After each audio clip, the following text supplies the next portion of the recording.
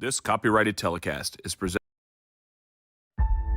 The views expressed by guests are their own, and their appearance on the program does not imply an endorsement of them or any entity they represent.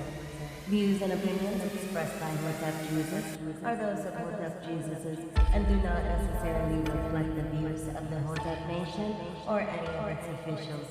If you have any questions about this disclaimer, please contact our Office of General Counsel via the cheat sheet of the pound. And Hotep and them. Welcome to the 4th annual Grifties and the first ever live Grifty Awards! And now for your hosts, Uncle Hotep and Hotep Jesus! Yo, no George, but I can't even breathe in this joint. That's fucked up. He working on that Coon of the Year award. Black people, am I right? We've got some great categories tonight, including athlete. We'll say what's up to your dad. Season's COVID-19. Who did you want? Hamlin? Hamlin's a sleeper. Hamlin's a sleeper. Female, musical, celebrity, people's political grifty, the Hall of Fame, and a surprise category. Y'all see we professional. We got the teleprompter and shit. And of course, the one everyone is waiting for, Grifter of the Year award. From podcasts to movies. DJ Protocol. Yeah, DJ, that's the time to do it. This is not a grift. I really think Lil Nas X is a gay demon. How dare you? Unlike most modern award shows, none of these women have penises. Women shouldn't speak anyways. Y'all picked the blackest room for a black. Paint the walls white so I can see y'all next time. All coons look alike to me. Some of you white people too. Some of y'all look like you came from 8 Mile. We're halfway through, no one's been shot yet. But I'm going to say at the Grifty Awards, there's only one person more arrogant, more self-assured than me, and that's Hotep Jesus. Grifter of the Year! Clap it up for old Uncle Hotep. Hopefully my kids will watch this and be inspired and stuff like that. Fuck them kids. I'm looking for my wallet. I'm like, oh, thank God he didn't take it. Thank God. Envision a sanctuary where community and sustainability are the cornerstones of living. In this haven, every family is able to grow their own food, children flourish through homeschooling tailored to unlock their full potential, and education extends beyond textbooks, instilling self-worth and a deep understanding of the world around them. Here, goodwill isn't just an ideal, it's the essence of daily life, where respect for law and order harmonizes with the community's resourcefulness. This place isn't just a dream, it's a call to action for everyone who believes in a better, more connected way of living. Join us in building a future where each individual's contributions create a tapestry of enduring harmony and prosperity. Join us in Hotepistan.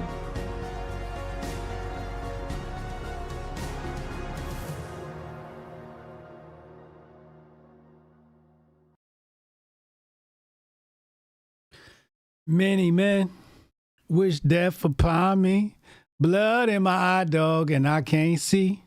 I'm just trying to be who I'm destined to be, and shooters trying to take my life away. The Grift Report starts right now. 2, 1, boom. Hotep Jesus. Of all the Jesuses I know, he's the Hotepiest. Social scientist and YouTube host, Hotep Jesus. How the fuck do you get a name like Hotep Jesus? The one and only Hotep Jesus. Ryan Sharp, better known to the world as Hotep Jesus. Hotep Jesus. Hotep Jesus. Hotep Jesus. Hotep, you're a genius. HotepJesus.com. Somebody said, what do you think you are, some kind of Hotep Jesus? Ooh, and that's I was good. Just like, ooh, that's sexy. Yes, I do think I'm Hotep Jesus.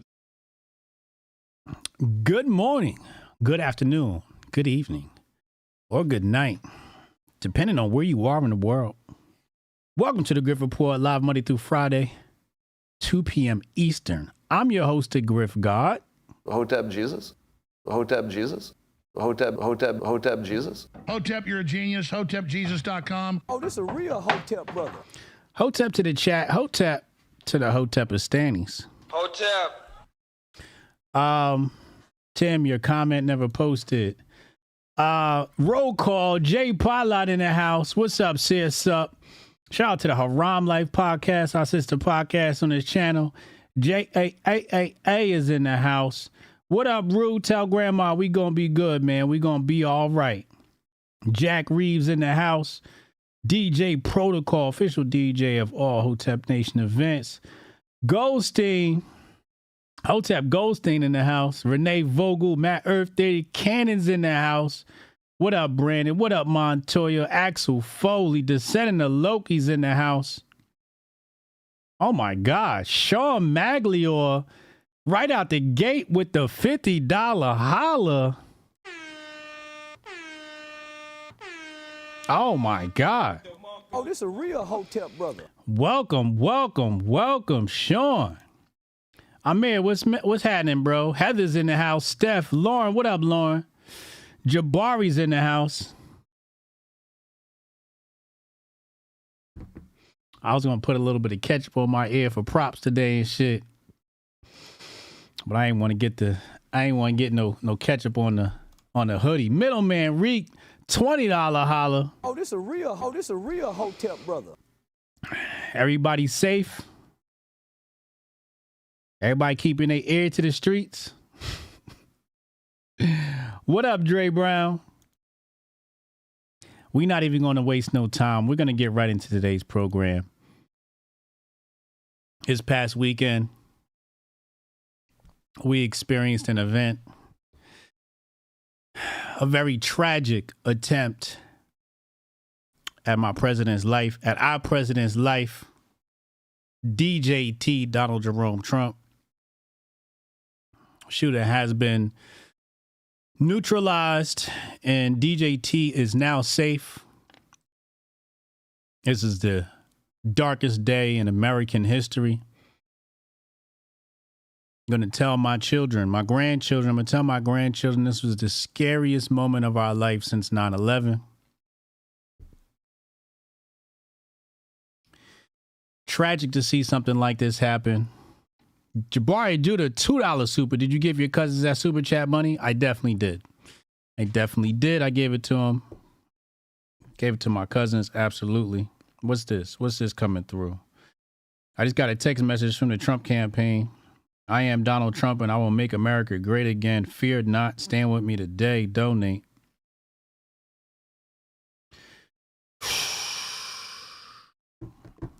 Without further ado, real quick, we got to catch up on last week.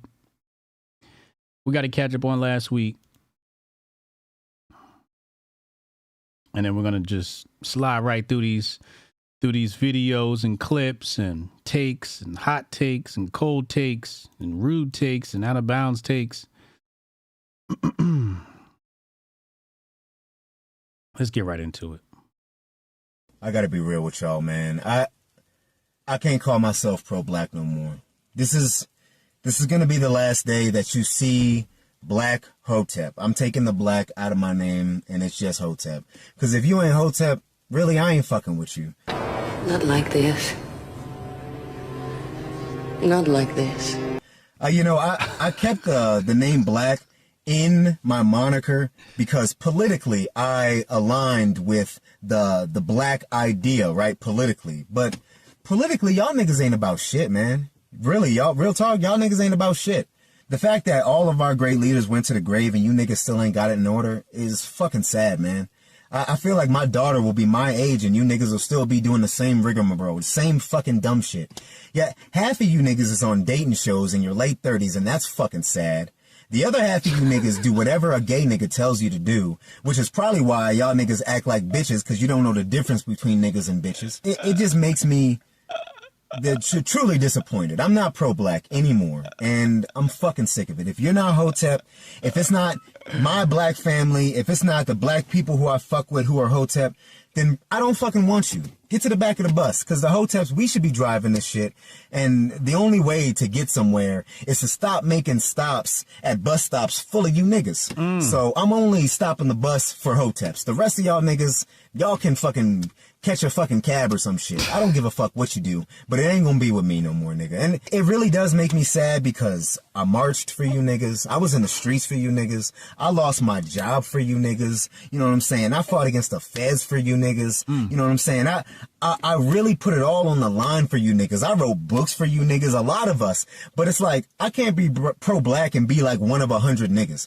And then out of those 100 niggas, right, you got niggas like Dr. Umar who been telling you he gonna have a school for the last fucking 30 fucking years or whatever the fuck. I'm fucking done with y'all niggas. It just makes me sad, man.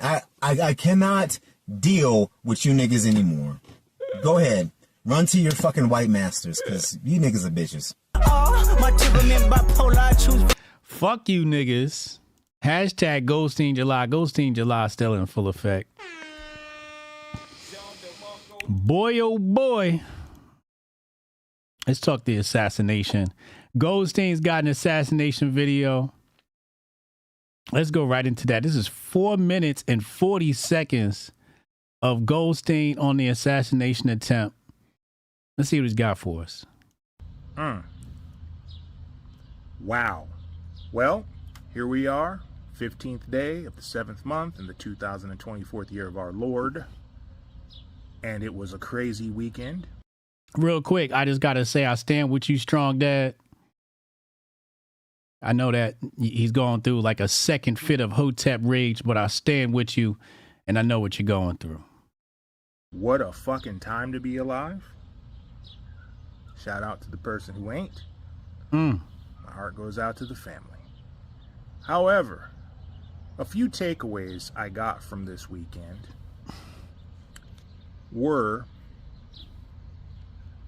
number one, it was brought to my attention that the left has become the lunatic conspiracy theorist fringe that they used to make fun of the right for being. And this is absolutely fucking true. However, I don't think enough attention is being paid to the fact that the right has decided to fill the void that the fucking leftist left behind in becoming the crazy lunatic fringe narrative whores that they have become today. Uh-oh. Because God forbid somebody should come along with an alternative theory about what could have possibly happened over some shit that nobody actually really knows about. You know, because those narratives that you're all running with today, those were all fed to you by your influencers who had the entire situation wrapped up nicely with a nice, neat little bow, ready to serve you motherfuckers at the drop of a fucking hat. We're talking minutes after the bullet zinged. Minutes. And here you motherfuckers are, still running with it. Ain't questioning a goddamn thing.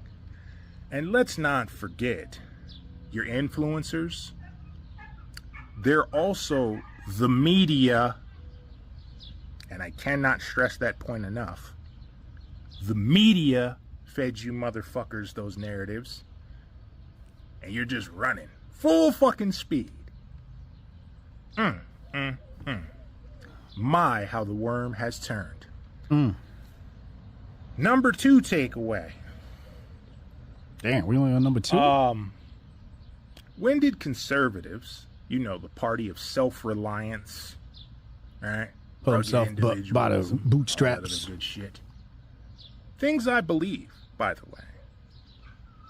When did conservatives become such fucking pussies? When did your reliance on all these institutions that I hear daily you motherfuckers chirp on about how they're corrupt, they need to be disbanded, they're infested with motherfuckers who ain't no good. When did your reliance on those institutions become so heavy that you almost allowed the big homie to get his cap peeled on national television simply because you motherfuckers wanted to pull your goddamn camera phones out, watch a motherfucker climb up a fucking wall to a fucking roof and position himself with a fucking rifle, all while your only response was, "Hey, police, look."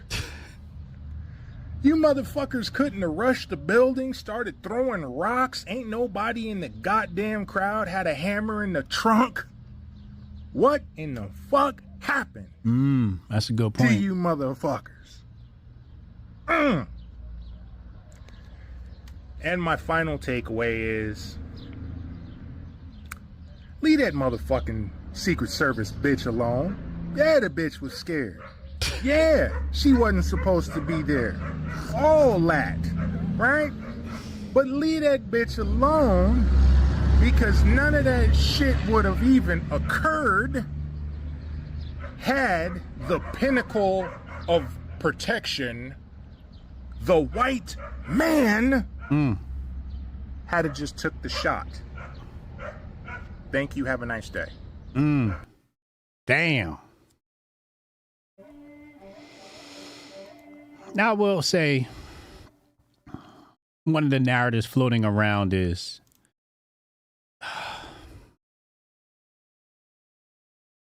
President Trump's life had an assassination attempt on it. And the narrative is, you don't see us rioting and looting. And I'm saying to myself, that's not exactly the gotcha you want to have. Now, I'm not condoning any violence or advocating for any violence, but if you're going to have a J6, right about now is a good time for a J6. You might want to do something. Secondly, I'd like to say, as I piggyback off of Goldstein's video here, DEI almost got Trump killed. Them white women, one of them white women runs the Secret Service. I don't even know how that happened. Who put her in place? Who was responsible for putting her in place? Solidified that DEI does work to the benefit of white women. And as you can see, DEI will get the white man killed. Hotep, you're a genius. HotepJesus.com. DEI literally will get the white man killed. We saw it. How you got that many women on your security detail? Now, if I'm president of the United States, former president of the United States of the Americas, and I see they send a whole bunch of chicks to protect me, I'm going to tell them, hold up, we need a redo. Where the fellas at? Where the big dogs at? Trump, it seemed like his security was as good as Rick Ross's. Oh, this a real Hotep brother. You might as well have had Rick Ross security out there. The way they left you for dead. Mr. 4'5", about to be 4'7". Strong Dad's got a assassination take. Let's take a listen. What happened on that stage does not propel me to vote. I don't vote for real reasons. As a violent ex-convict, I support other violent ex-convicts who have reintegrated into society and actually do what they need to do to succeed.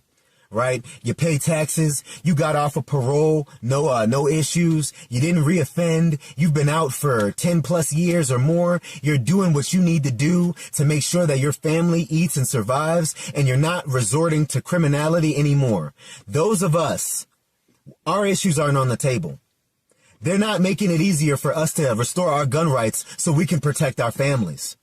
They're not making it easier for some of you to get jobs and not be discriminated because you're a violent ex-convict. They're not making it easier for some of you to apply to live in certain places where they bar felons from living.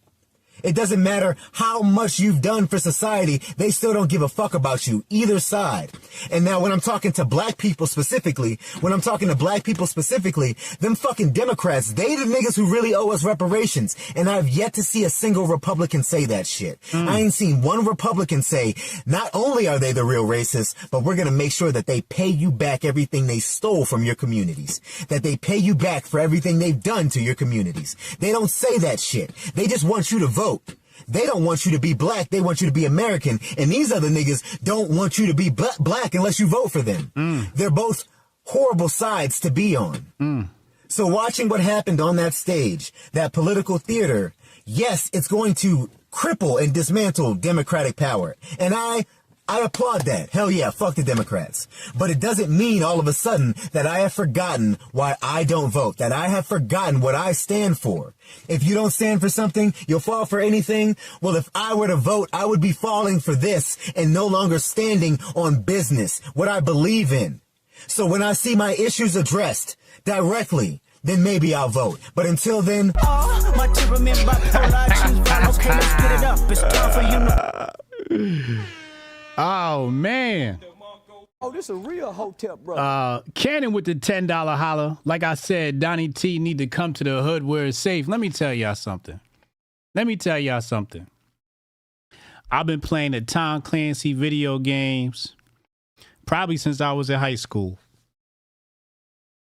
And I'm telling y'all right now, I could have provided better security detail than what Secret Service provided.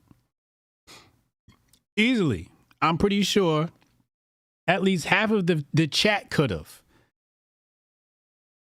He would have been better off having the gaming community provide his security detail. That's how poorly Secret Service performed this past weekend. We're going to look at a couple of things here during the show.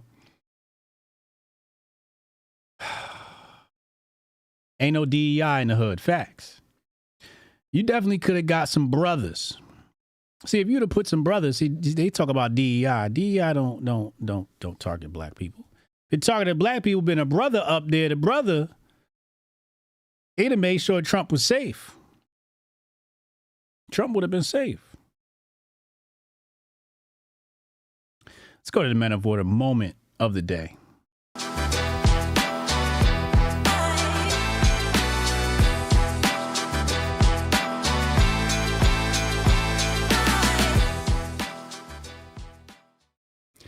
Men of Order moment of the day, sponsored by menoforder.com. Make sure you go get your Flow Packs, Flow plus Apex. Get you right. But there's only one image that exemplifies our product, Apex. And it's right here. This is the hardest photo since the inception of America. You know, they got that one photo of the soldiers planting the flag in the ground. I think it's D-Day or something like that. Correct me if I'm wrong, chat. What was that image from? You know, when you got the astronauts on the moon planting that flag. Both of those images are now number 2 and 3 when it comes to iconic moments in American history. This right here is the photo of all time. The greatest photo to ever exist for America.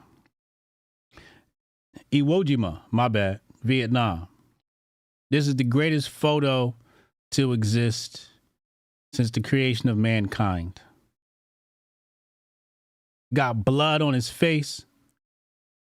Secret Service all around him. The flag in the background. Got the Black Power fist up in the air. Since Washington crossing the Delaware. This photo now exists everywhere. You got this photo.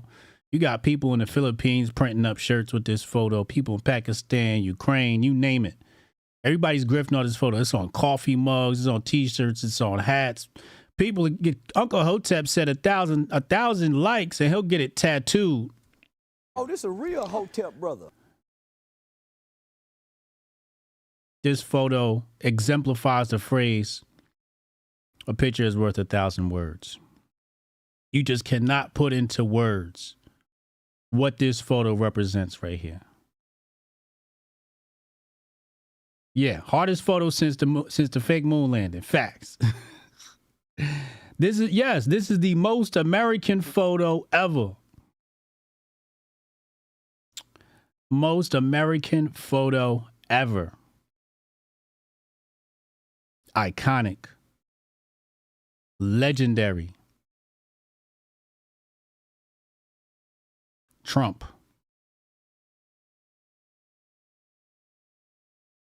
And the Grifter sphere. I mean, Uncle Hotep's going to be publishing the Grift DAC. Don't forget, I'm going to be live with Uncle Hotep tonight. Patreon.com/Hotep's Been Told You. Obviously, it's going to be a classic episode tonight for our subscribers only. Patreon.com/Hotep's Been Told You. That link is in the description box below if you guys want that coverage of the assassination with the dynamic duo of Uncle Hotep and Hotep Jesus. But the Grift DAC right now is up like 2,000%. We just had another court case for Trump dismissed. We're about to get a VP pick tonight. I think they said 4:30 p.m. roundabout. Everybody's got their hot takes, their cold takes. I'm up like 500 followers. I haven't gained a follower since Elon took over. I haven't gained a follower since I was on Gutfeld. Followers are going up. This Trump stimulus package is alive and well. Yes, mythical at this point. Strong Dad Protocol, $5 super for those asking felons are allowed to vote. Also, that photo is a picture of the real white niggas. The rest of y'all look like Matt Walsh. Oh, this a real Hotep brother. Damn. Now, Dante Martin, $2 holla to Brave New World with Brave New People. You know, I got to agree with Goldstein. All the brave white men do exist in PA, and nobody ran down on that dude on that roof.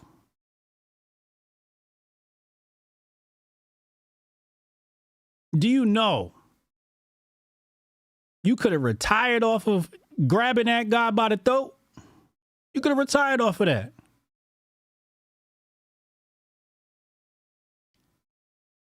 Could have retired off of grabbing the guy that was about to shoot Donald Jerome Trump. Also could have altered history completely. Stocks are up. Crypto back. I mean, the whole country. The whole country's back. Let me check my crypto. Syscoin going up. Bitcoin going up. Solana going up. If y'all bought crypto last week like I told you to, you should be happy today. Everything's going up. The Grift DAC is it's just completely out of the atmosphere. They were deep in PA too. And nobody grabbed this dude. I mean, they're pointing at him. They're like, yo, this Secret Service, police did nothing. Now, I gotta say, if I was a police officer and they told me it was a potential shooter on that roof, for the Grift alone, I'd have brought my firearm up on that roof and I'd have let him have it. I'd have told somebody come with me, like, grab your phone, come record history. I'd have blah, blah, blah. I'd have unloaded me clip on his ass. Just for the photo apps. Come capture this. Go live on my channel. Make history. Why didn't that happen? This is what's got people wondering the truth about the failed assassination.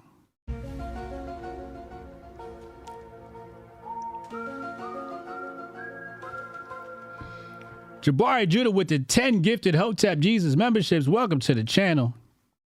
Oh, this a real Hotep brother. Welcome to the channel. He just made y'all members. He's giving them out right now. It's time to go to everyone's favorite segment, Grifter of the Day. We're going to really start to unpack this stuff.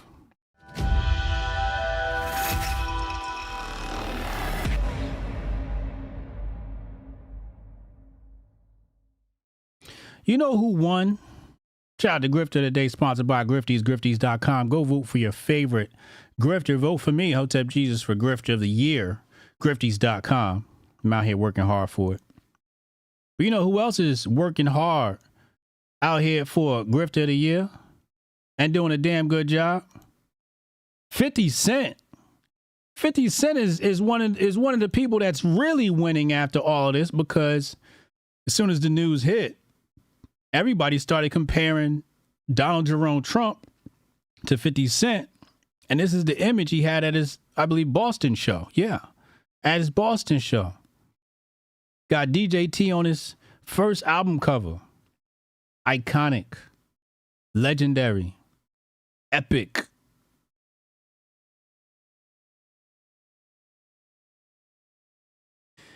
$50 now has many men attire. He's taking full advantage. He's got new t-shirts out on his website.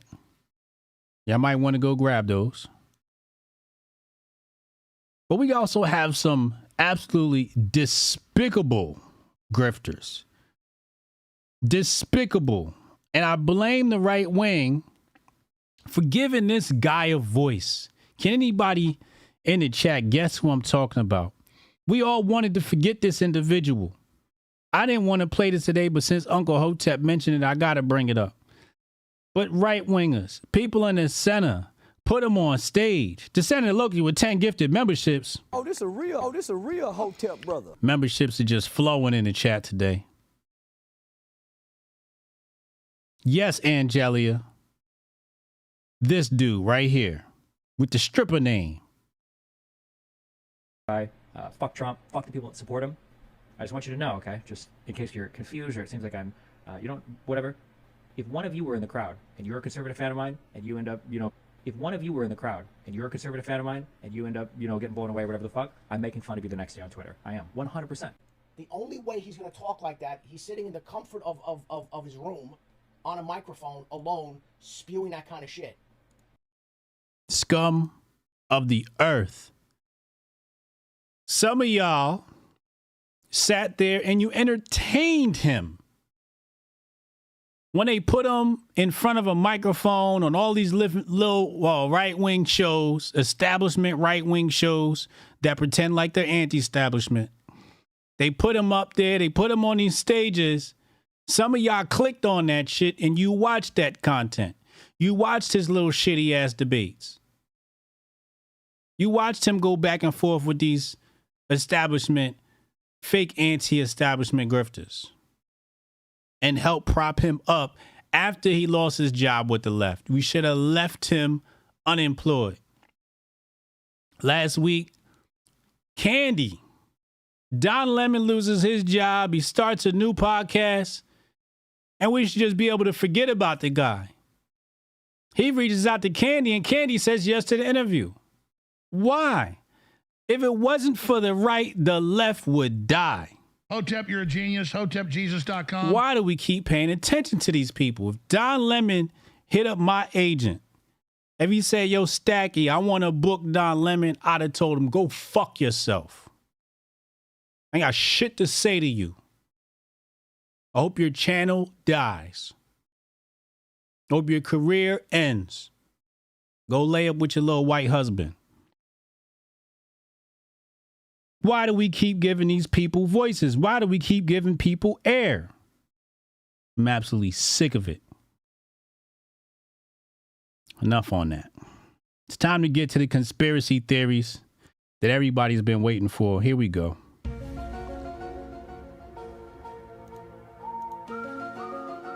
Then we're going to open up phone lines too. We'll open up phone lines in about 30 minutes. 202-596-5631. Apparently, this John Deere tractor was spraying people with a fire hose at the exact time of the assassination attempt, allegedly. I don't know, if this has been confirmed or not. But was this John Deere tractor? Was it providing cover? Yeah. Koofy's on tight.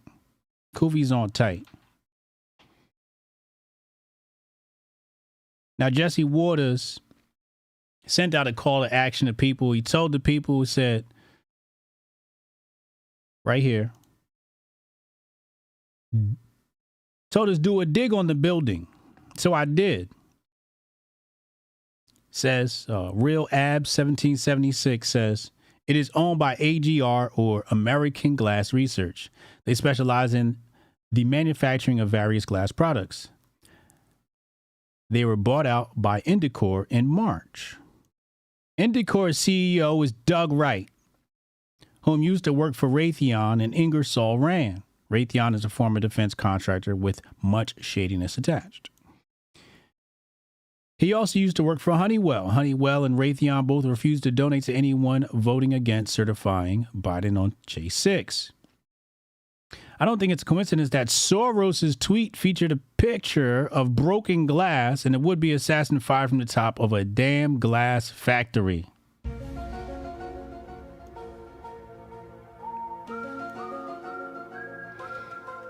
And here we have a screenshot of Alex Soros's tweet. It says, last year, the crime and inflation crisis largely evaporated. So did the leading theories about what had caused them. And he's got the screenshots up there. There's a lot of fishy stuff going on. What about Dick Cheney? What does Dick Cheney have to do with this? Let's take a listen. She would know. The 28-year veteran was on the team that evacuated Vice President Dick Cheney on 9/11, and she served on then Vice President Biden's protective detail. He named her director in mid-2022. Amid a swirl of controversy over the agency deleting nearly all of its text messages from January 6th. The agency says that was due to a data migration. System migrations happen, but I think for a lot of Americans, it just doesn't pass the smell test, given the timing and the volume of messages deleted. Well, it's unfortunate that that would be the assumption that people would make. Our integrity is everything, and there was nothing nefarious attached to that. Their integrity has... She would Ladies know. and gentlemen, I got to ask you a question. Is this the face of somebody you trust? Let me know in the chat. Is this the face of somebody that you trust? Shout out to K over on Rumble Victor 2020. I see you.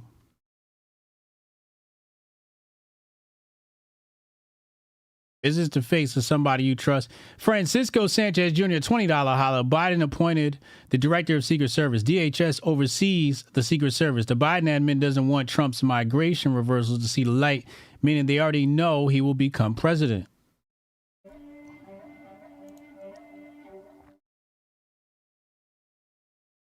How did this woman become head of Secret Service? Someone who appears to be partisan, appears to be down with the Dems, down with the dirty, dirty Dems. That's what it appears to be. It appears to seem to me. Then we go to the actual shooting. We talked about people. We talked about eyewitnesses. Then there's this clip. He was doing the job. I wouldn't even be doing this. I'd be at some beautiful place with the Gorgeous Ocean, the Mediterranean. Look, they're all pointing. The Atlantic, maybe the Pacific. Yeah, someone's on top of the roof. Look. There he is right there. Right there, see him? He's laying down. See him? Yeah, he's laying down. Instead, I'm here with you fighting like hell to get a Senate. What's happening? And to make sure we take back the White House, because if we do, we're going to make America better than ever before. We're going to make it. Yeah, look. There he is. Easy, because we have millions and millions of people in our country that shouldn't be here. Dangerous people. Criminals. We have criminals. We have drug dealers. We have people that should not be here. Right on the roof. It's much tougher than it happens. You went right on the roof with that. He was doing the job. I wouldn't. They're all pointing him out. How did he get on that roof? How did he get access to the area with the weapon? What, are they supposed to have the area locked down? No weapons in? Isn't that the proper protocol? And they're all pointing at him. And no police officer went over there? None? It all looks very suspicious. Secret Service says he was too far away. I mean, he was too close. They were looking at things that were further down range. So we got this image here. It says he's about 100 to 150 yards away. So as you can see, this is Trump's position here. The casualty behind Trump. I could have sworn the casualty was over on this side. But, oh, okay, it's this casualty and this casualty. Okay, got you. 130 yards, it says here. And this is supposed to be Secret Service. But there's something funky that popped up on the radar about Mr. Sniper. Does anybody know what was unusual about Mr. Sniper? I can neither confirm nor deny, but people are saying this is one of them Kabbalah red string wristbands. Is this true, or is this some sniper military garb that he has on? Accessory? Or is that the Kabbalah string? The conspiracy theories are abound.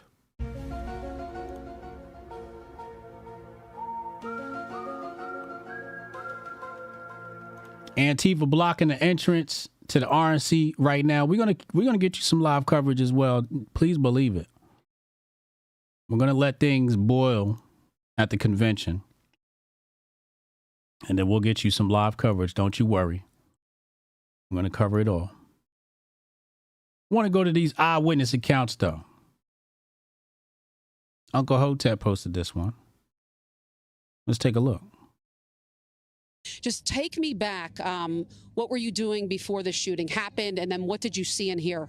I was just standing there like everybody else, waiting for Trump. And as Trump started, I noticed two officers that were looking for something or somebody.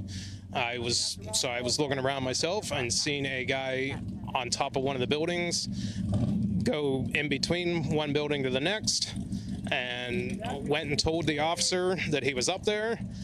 And when I went back to my spot, I heard that people could still see the person from where they were standing. So I checked that out, and I went back to tell the officer that if he came over there, he could see them. And when I turned my back is when the shots started, and then it took me a second or two to figure out exactly what it was. And then it was just getting out of there and helping some other person out with her child, and we got out, and that was the end of that. And I went and left, and that was all. Loki, you ain't right. Another eyewitness account said he saw the perp, but we got more. We got more. Listen to this. This is kind of weird. And this was my theory. That video is now members only. But this was my theory. You're out of there as you're starting to process this. I know we'll all be processing this over the coming days and weeks. How are you feeling now in this moment? Well, what I've heard coming out here is now they feel that there was two shooters on both sides. So they got the one on the tower on this side, but the one on the right side they never got. So that's why they wanted us to leave immediately, because they thought there's still a shooter out there somewhere. So there could be in these woods around Butler. Aaron, I've covered many Trump rallies.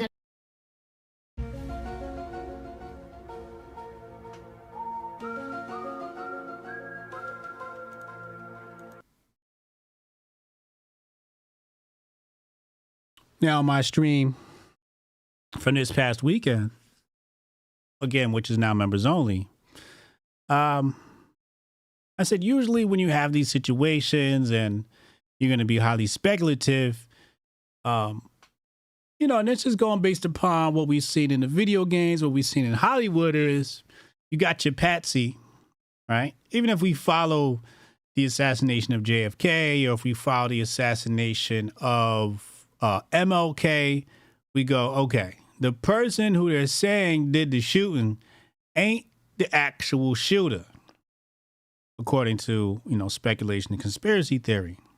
So when I heard this, the first thing I said was, okay, so they allegedly got the guy, but I'm like, that might not be the guy. Just going based upon pattern recognition, okay?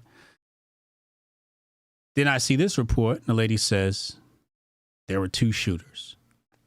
I don't know how real that is. I don't know if, maybe she's old, senile, she got the Joe Biden dementia or whatever. I don't know what's going on, but what I can say is we're not going to get the details. You think you're going to get the details about this case, but you're just not. And that's what makes it even spookier.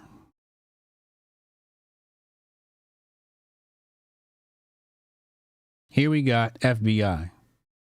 According to America First Post, they say FBI says it's having difficulty extracting data from Thomas Crooks' phone.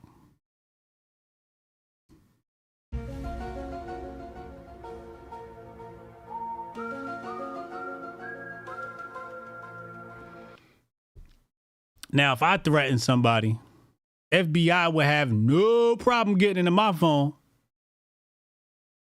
Charlie Indigo Alpha wouldn't have, NSA, DHS wouldn't have no problem getting into my phone.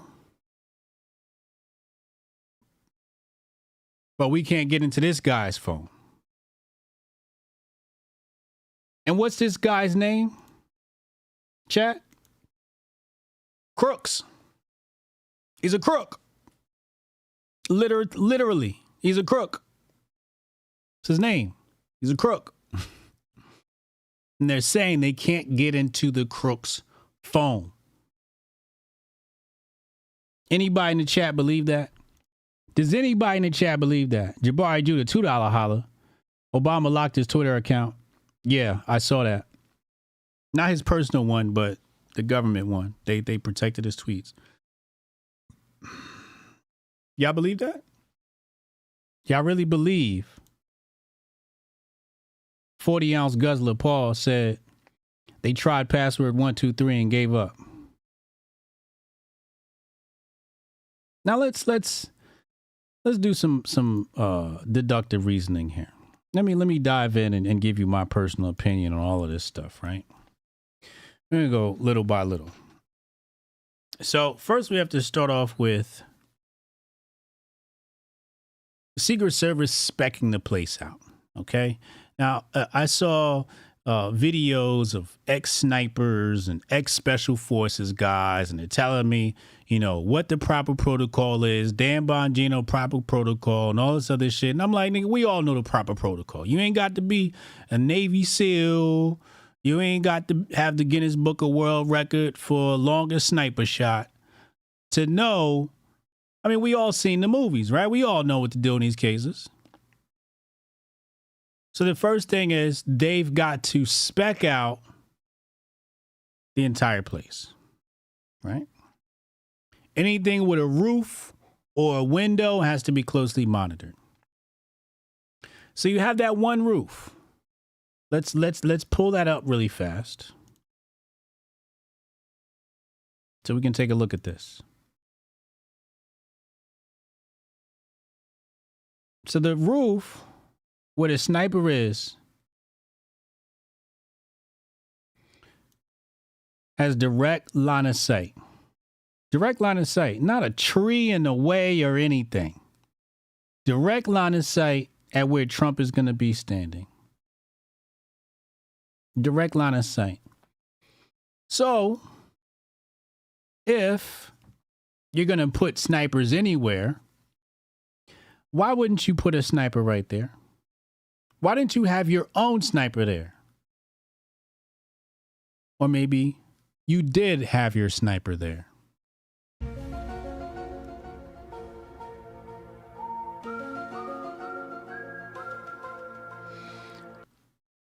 Let's just go with the official story. So they spec'd out the place and nobody thought to position anybody on these roofs or to cover these roofs, even though they had a direct line of sight at where President Trump was to be going, where Trump was going to give his speech. So they failed job number one. Weeks in advance, this was to spec out the place, and they failed that. Okay. Now, this individual had several minutes to climb on top of the roof before he fired the first shot.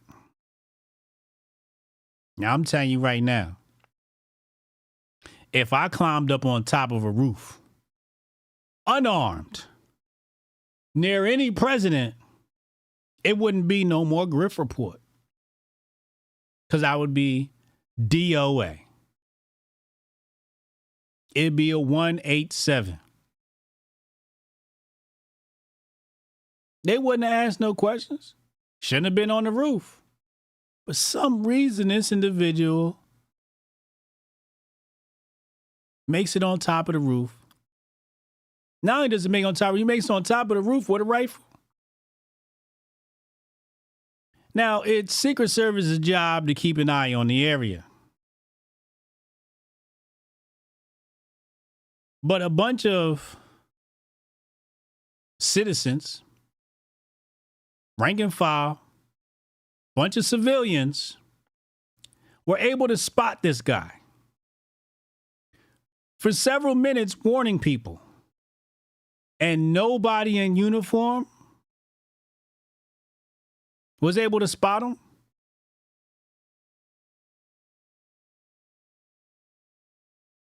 So far, I'm supposed to believe all of this.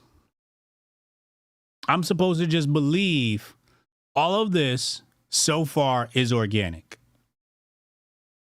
Okay? Then he takes the shot. And immediately thereafter, the snipers take him down. So what it sounds like to me is they were afraid of being charged with the pre-crime. Like this was Minority Report or something like that. And they were like, well, we can't do anything until he actually commits a crime. Because Minority Report doesn't exist yet. There is no pre-crime. You can't get... So they're like, wait, there's a guy on the roof with a gun, but he hasn't done anything wrong. We can't take him out. Why would we do that? We have to wait for him to actually do something wrong before we injure a civilian.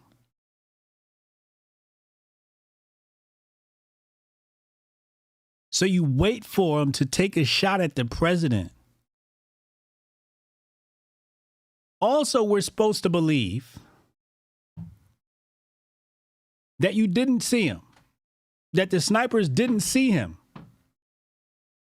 But once the shot was fired, they immediately, because you can hear the bullets, he fires several rounds and then they take him out immediately. How'd you locate him that quick? If you didn't know where he was, wouldn't there have been a little bit more delay? And I'm supposed to believe all of this. I'm supposed to believe that Secret Service, one of the most thorough agencies in America, possibly the world, made a mistake. I don't believe that. I don't believe for 1 second this was negligence. Yeah, rules of engagement, exactly. I don't believe this was negligence. I don't believe this was a mistake. Now, I saw President Trump say, we need to get RFK some Secret Service. And I'm like, damn, you must want him dead too. Hotep, you're a genius. HotepJesus.com. Secret Service couldn't protect you, Prez. How they gonna protect RFK? RFK might as well just hire private security at this point. RFK might as well hire private security because Secret Service has proven they can't get the job done. They might as well just hire me. RFK might as well hire me instead of Secret Service. We'll get Rudy. We'll get Goldstein. We'll get Strong Dad. And the rest of the shooters. Where my shooters in the chat? Huh? I throw the AR-15 on my back. We could have did a better job than that. Give us the contract. Give Hotep and stay in the contract. We could have did much better than that. We got to watch the president's back, not only for outside assailants, but from within his own camp. It sounds to me like SS wanted him gone.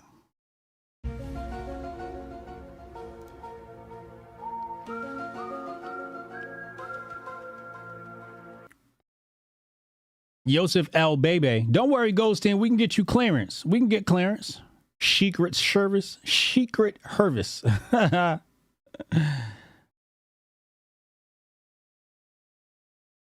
got an AR-15. I got one. I built it by hand. I'm ready. I got mine. Just in case a motherfucker want to act froggy.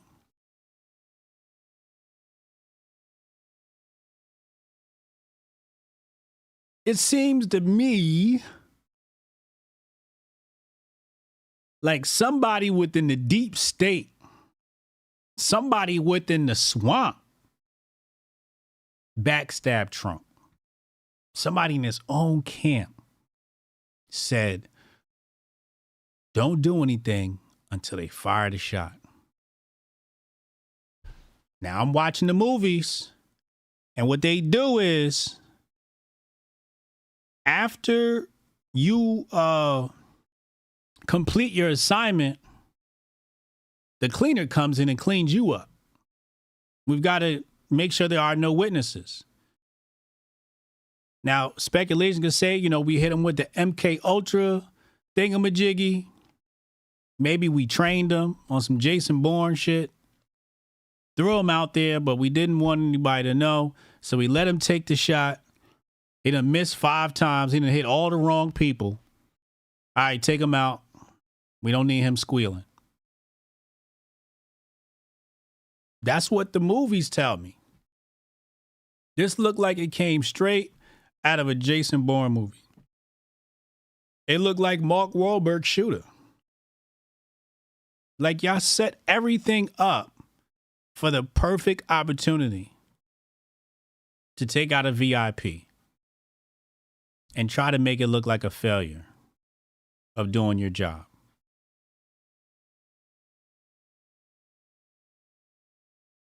It looked like a setup. It looked like the SS planned it.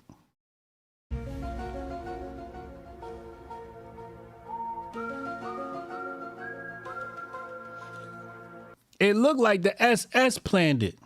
Your own security detail planned it. Now, these are the same people that deleted records talking about, oh, we were doing data migration. Everybody knows during data migration, there are backups. You do a backup before data migration. And now they're saying, oh, it got lost. It got lost. It got lost right over there with Hillary's emails. What were y'all backing the software up with? BleachBit? Oh, this a real Hotep brother. What were you backing the software up with? So where's the communication? Where are the audio files of the communication? I want to hear radio communication. Where are those tapes? Where's the radio communication from the local police? Where's the radio communication with SS? At least give me the local police. What are the local police saying? Because it looks to me like you set up my president to take a fall.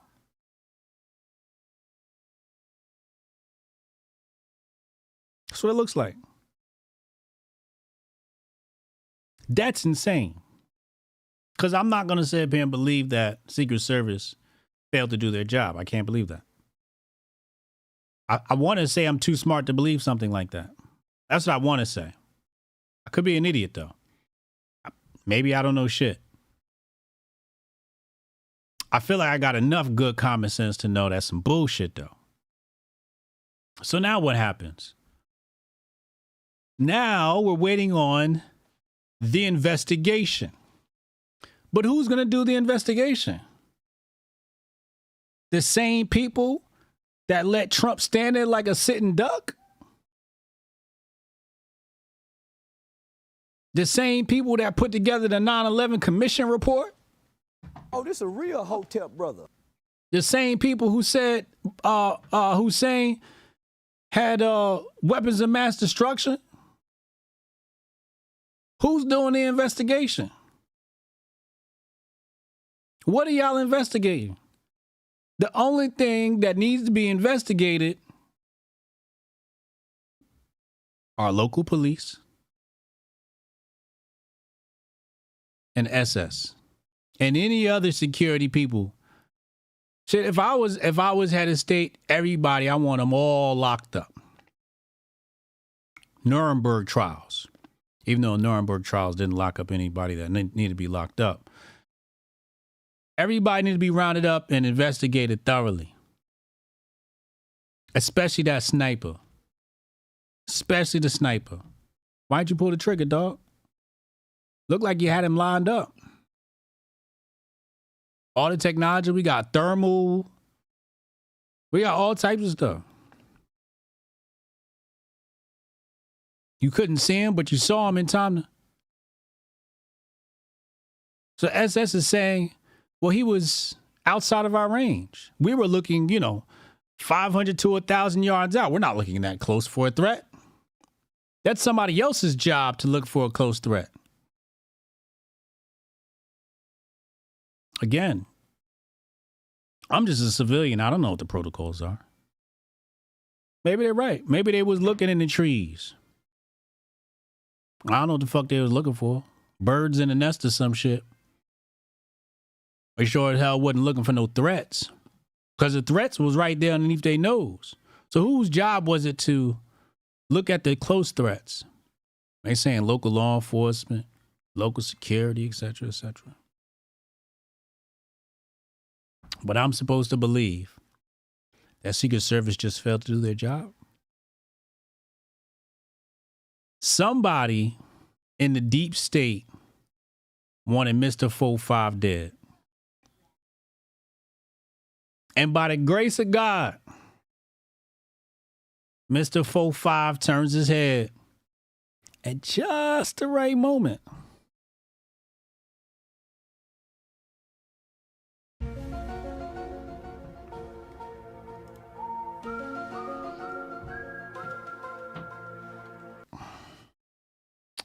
Almost like an angel spoke to him.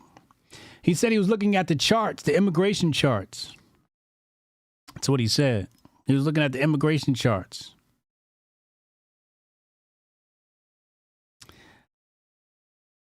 I just can't buy it.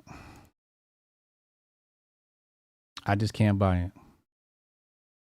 J.D. Vance spotted leaving his home in a motorcade. Is he going to be vice president? If so, he'll be a strong deterrent against the deep state trying to remove Trump. Who y'all think is going to be Trump's VP? I see Nikki Haley, Ben Carson, Vivek are all trending right now. They're all trending right now. We're going to go to the phone lines. Let's talk to the viewers. But first, Super Dap of the day.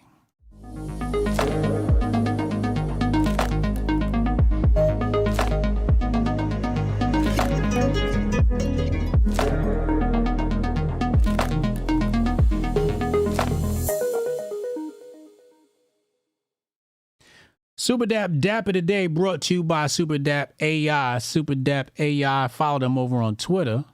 Leader in social fi, brainchild of Syscoin. Fed Jerome Powell signals rate cut but declines to say when. Probably sometime before election. Lots of great news is pouring out But looks like we're about to get rate cuts. Who been told you? Hotep Jesus? Yep. Coming soon. Coming soon. Get ready. Load up them crypto bags. Load up your crypto bags. We are going to the moon. Get your bags packed. We are going to the moon. Let's go to the phone lines. Text Hotep your name at 202-596-5631. And I'll be right back after this short, brief commercial break. Envision a sanctuary where community and sustainability are the cornerstones of living. In this haven, every family is able to grow their own food, children flourish through homeschooling tailored to unlock their full potential, and education extends beyond textbooks, instilling self-worth and a deep understanding of the world around them.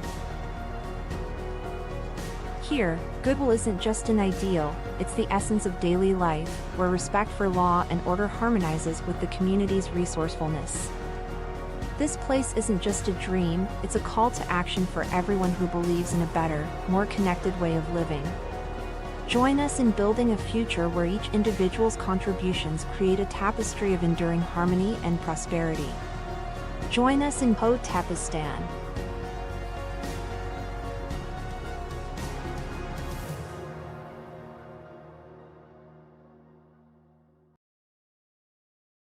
We got Jonah on the line. Y'all know we got to talk to Jonah. Jonah, what's going on, man? You buying the official story? Fuck no, I wasn't even buying it on Saturday when Hotep, being a canon, still hate him for making me have to actually pay attention to this story, but hey. Like, what the fuck? So what's going on here? What do you think happened, man? It's hard to say. I mean, the one thing that gets my the spidey senses tingling, and I sent you the little video I made yesterday with that stupid bullet in the head from Rage Against the Machine. But what, Trump comes up fucking throwing up the communist fist just like fucking Vladimir Lenin. Like, what the fuck is that about? That's kind of the one thing that's kind of like, to me, I'm like, oh, so the Federal Reserve is behind this shit, right? You know, they always seem to get that fist in there. But then again, maybe they've just made that fist so fucking commonplace that idiots like Trump will put it up thinking that they're doing something different than endorsing the Federal Reserve. Because, you know, every revolution always has that fist, but what did he have to do? He had to tell the Secret Service to hold up, wait up. I got to do my fucking communist revolution. That's the one thing so are you trying to say Trump was in on it? I don't know, man. He could be just as much in on it as just much not, right? Fuck. They could have squibbed him up real quick when he's just down on the ground. That could be fake blood. Who fucking knows? I don't give a fuck either way. But why would they pull a stunt like this? Assume it's a stunt. Tell me how they have pulled so many stunts from 4 fucking trials and 3 civil trials, and they fail on all of them yet. Like, are we being controlled by people that inept, or are they trying to set him up as the rebellion so that everyone fucking follows him? They got the bikers on their way to Milwaukee. The bikers is out there. You know, when the bikers pull up, you're going to have some real security. This who should have been out there in PA. That they was out there, man. What's this, Hell's Angels or something like that? No, it's just bikers for Trump, isn't it? Just like the regular citizens. But it's again, like, tell me how this deep state, who you know, let's just go through some of the names. So, like, they took out Seth Rich, obviously. You know, they take out well, they put Assange until he fucking followed orders, and then they put Kiriakou in prison. So, like, every reality winner, Chelsea Manning went crazy and changed the sex. Everyone they want to take out gets taken out, but Trump seems to manage to beat every trial and beat every shot, you know? So, to me, there's something about that, unless you're trying to tell me, like, you're a crazy evangelical and you're like, oh, he's a godsend, and God used him because because of his sin, like fucking sabotaged every bullshit. Mm-hmm. Mm-hmm. And let's be honest, we all know that everyone wants to point out that the shooter was wearing the red string Kabbalah, or possibly, but pretty sure any one of y'all could take 2 minutes to see all the Kabbalah all over fucking Trump's office. Mm. But that's just me. I see it all over his fucking office, including the fucking Tree of Life hanging in the office in some photos. So, you know, Freemason get a Freemason, right? Mm-hmm. All right. Appreciate the input, bro. Hotep and build. Hotep and build. I was hoping Jonas could give us more. Let's go to Goldstein. Let's see what Goldstein got for us. Laura Luma. I don't know if this is real or not. Sometimes she be fake news. Antifa and pro-Hamas Palestinian protesters have set up a staging area with their signs at Red Arrow Park, directly outside the entrance of the RNC convention in Milwaukee. Call from Murphy's Law. Goldstein. What's happening? What's happening, bro? Oh, man. So I just want to take this opportunity to pose a few questions that nobody seems to want to ask or has the insight to ask or whatever the case may be. That's it. Mm-hmm. And those questions are as follows. Does anyone think it's weird that the guy who is pretty famous at this point for making the notion that Trump could be assassinated wearing the same red string as the guy who was on the roof with the sniper rifle? Right. Tucker Carlson made that narrative famous. Dan Bongino ran with it. Alex Jones ran with it, but Tucker Carlson made it mainstream. Mm-hmm. So that's odd. But we'll never ask any questions about that because it was incompetence. Then there's this question. Is it far-fetched to think that Trump, along with whoever he's working with, could be utilizing this moment to discredit and ultimately disband the Secret Service so they could implement a far more effective, a far more lethal form of protection for the president going forward? And does anyone also think it's odd that with everything going on in the financial sector, the Secret Service has a large hand in counterfeit money and investigations into fraud and things of this nature within the financial sector? So there's that. Mm-hmm. Also, there's the far-fetched narrative of maybe people want this guy to ultimately be deified before he is elected. And all of these things kind of play into that when you consider all of the ceremony that was involved within the framework of that day. The shots being taken at 3:11 p.m. on the East Coast, which is 33, 3 times 11. When you take that into military time, you've got 1811, which if you look at John 18:11, there is a passage there that highlights something being done to somebody's ear.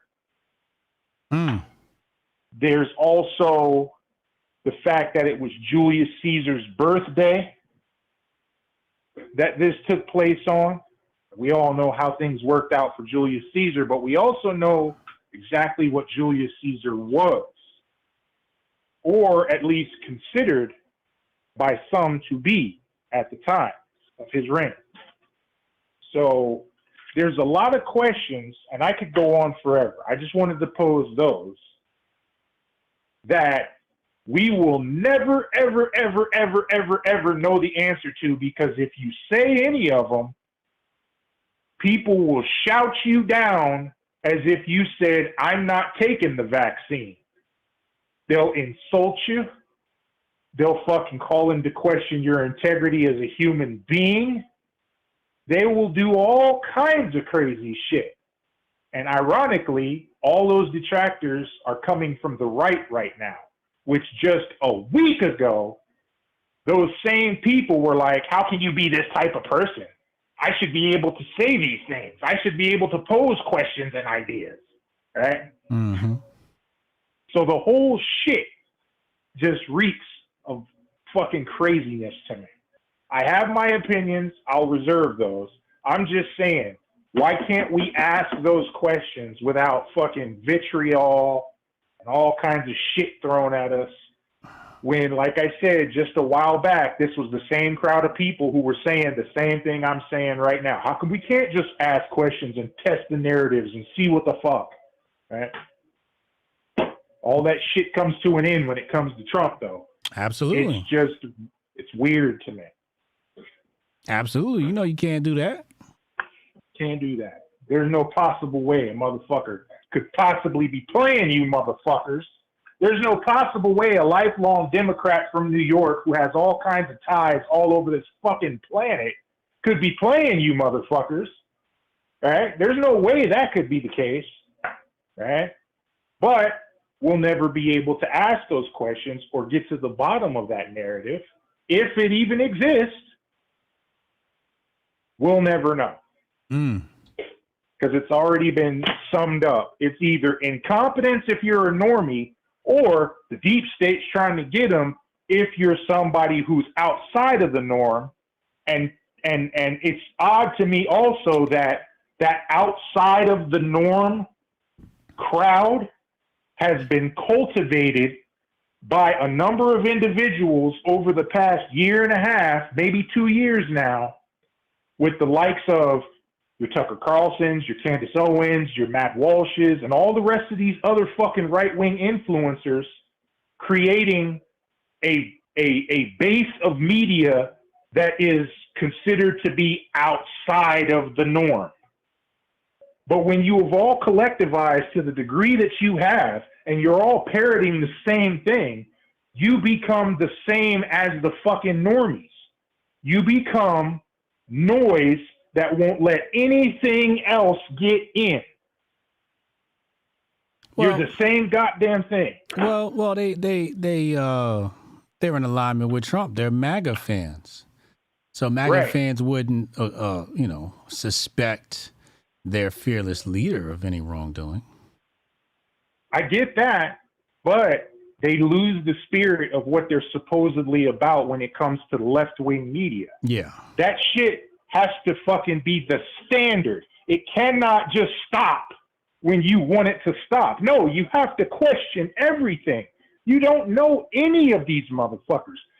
90% of us have never even met Donald Trump and probably never will. So goddamn, just on the strength of the fact that he's a stranger should allow you to at least be able to question some shit. But when shit starts getting shut down to the degree that we saw the left do, I don't care if it's from the right either. It's the same spirit. It's the same spirit of subterfuge. It's the same spirit of lies and deception that is acting there. Because it will not allow the truth to come out, no matter what the truth is. I mean, not even Alex Jones has entertained that. So, you definitely shouldn't expect these other guys to do that. Right. That's all I see from coming from this whole shit. Like, if everything is above board and they're trying to get Trump, God bless him. Right? If that's the case, God bless him, protect him, do all that other good shit. If there's something more nefarious going on here that involves Trump, we will never know. because no one is allowed to even question any of that. No. Better believe it. You better believe the official narrative. Man, and that's the craziest fucking part to me. All these people, because I threw out just some bait shit over the weekend. I even put it on Unk's timeline, and Unk jumped out there with "Be serious, man." You know what I mean? What? It was bait shit. It was just bait fucking propaganda type shit. I said that the fucking dude who ended up dying was the actual target. Not because there was some personal vendetta, but because his story. Right. I threw that shit out there. You know what I mean? And let's say that is the truth. I got shouted the fuck out of the arena for that shit. Get out of here! Monster, get out of here! So now I could potentially be Peter McCullough when it comes to this shit. I thought about that too. I said, who got shot? I need background on the dude that got shot. I need to know who he is, what he's into, because he could have been the target. Yeah. I thought the same thing. He could have been a target.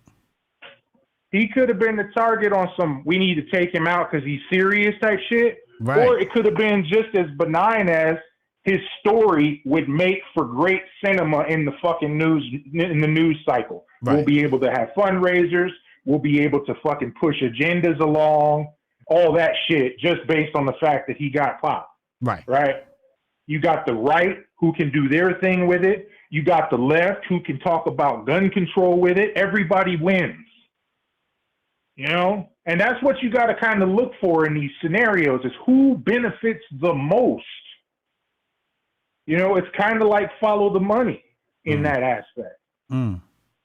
And the only time I see time and time again, the only motherfucker I see benefiting from Trump's persecution is Trump.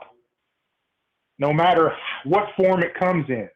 It was court cases. It was stolen elections. Now it's assassinations. There's no telling what it'll be between now and November. But he seems to be the only motherfucker who benefits from his so-called persecution. And to delve into my take on him, which I've shared, it's no secret.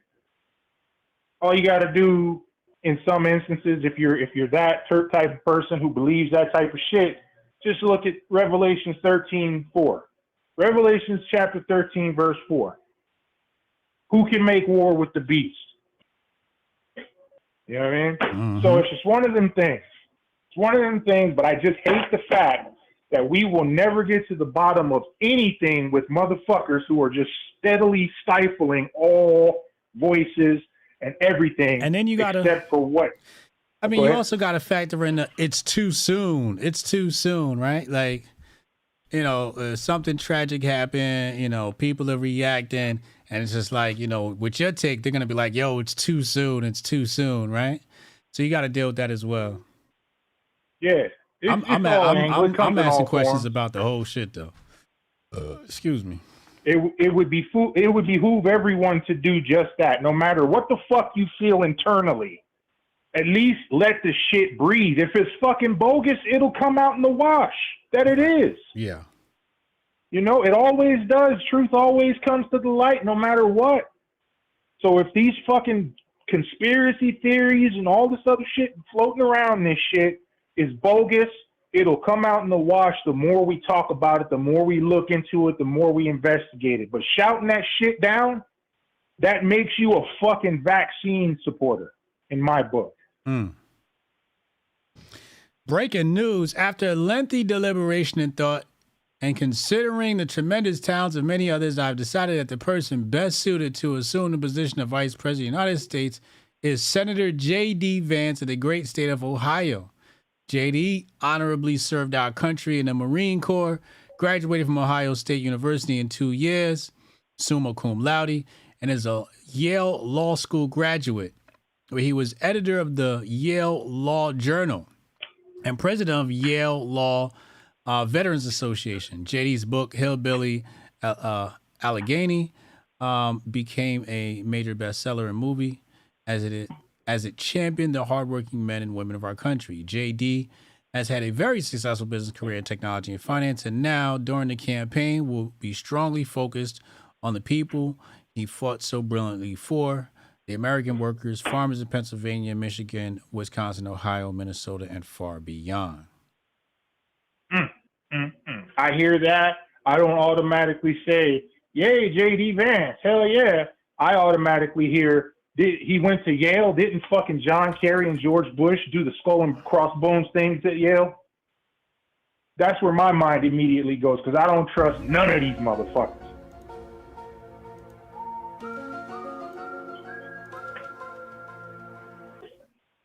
Yeah, when I saw Yale, I'm like, ah, shit. You know what I'm saying, man? I don't trust none of these motherfuckers. They're all actors until they prove otherwise. That's all I got, though. Yo, Hotep and Bill, man. Hotep and Bill. Yo, what's the skinny on this JD Vance guy, yo? Let's get Cannon in here.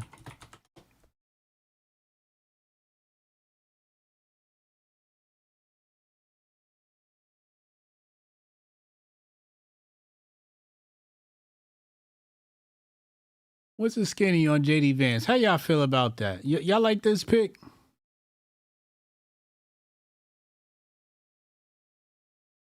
Let's put the poll up.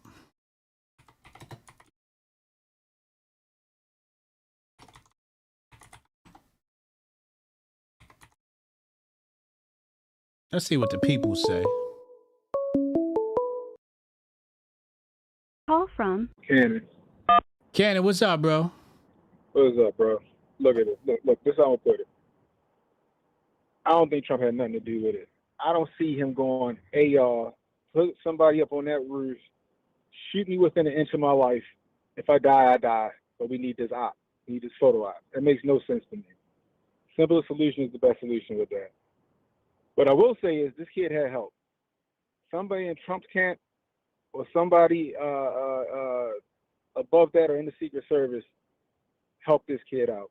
Somebody that was a part of that whole situation, part of that rally, helped that kid out. You telling me he got in there with an AR? He was able to walk from whatever parking lot he was in, or wherever he was, to inside into the rally, even on the outside of the perimeter, with an AR and a ladder, because the ladder was an extension ladder, HJ. So he walked in that bitch with an AR and a ladder. Or was the ladder and the AR already stashed there for him for when he got there? He gets up on the roof, right? People can see him from the roof. We got footage where he was shootable from the ground. Somebody could have took him out from the ground. We got footage of people with their camera phones. You can see him. He was a clear shot from the fucking ground.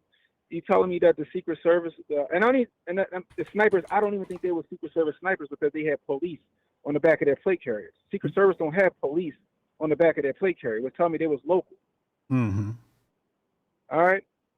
2, at first they was on their binoculars. Then you see them get on their scopes. When I saw them get on their scopes, I'm like, somebody, all right, so they're aware of a threat in the area. They're on their scope now. For them to sit there and bullshit and say, oh, they were looking for threats further out further than the perimeter, that's some bullshit. That's some bullshit. Straight up. I'm not buying that either. You got 2 snipers.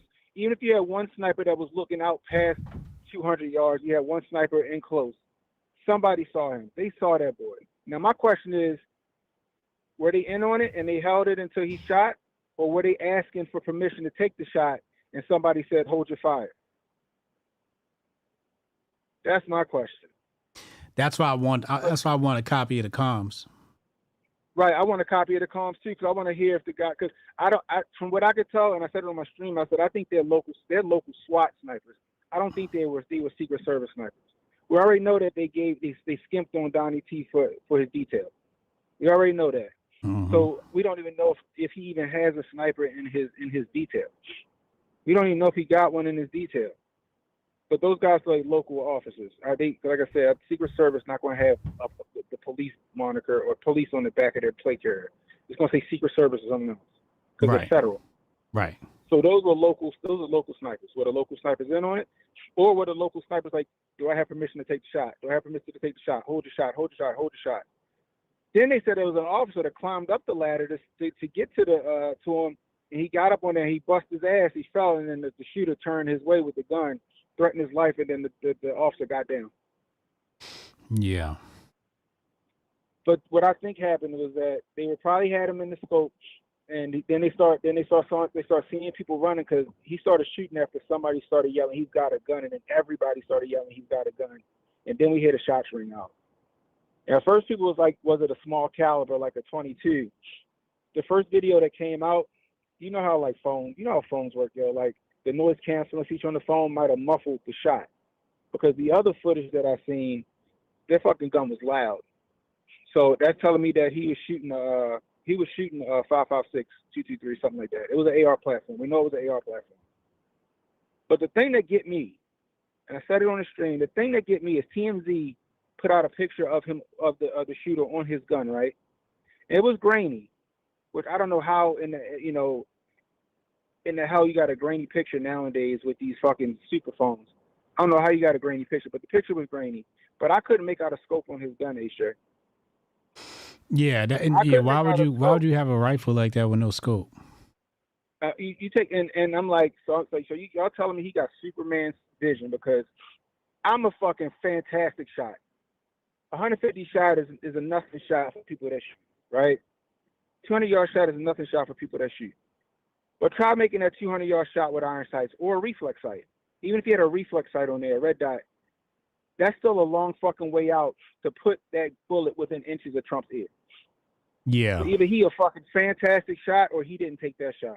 He a fantastic shot, which says a lot about who he is. Either he a fantastic shot or he ain't take that shot and there was a second shooter, like the lady said. But either way it was, the kid was a patsy whether he took the shot or not. That was a one-way trip, because a real sniper ain't shooting from that type of angle or exposed like that. They shooting from concealment. If you look under the where he was shooting at, there was a window. He couldn't set up in there. He couldn't set up in there and shoot from that window, or nobody would have saw him. You know what I mean? It's a lot of questions, but one thing is for certain is that he had help. Whether it was another shooter there, or it was somebody that was in the camp, in Trump camp, or Secret Service, or wherever made the advancement. Because remember, they got to get out there a few days before Trump even shows up to scout the place out and say, all right, we need somebody here, here, here, here, and here. So did somebody in Trump's detail plant that gun there? Make sure that ladder was there? So when the kid showed up, because he wasn't going to get through the security, I would assume they have like some security when they're coming into the parking lot.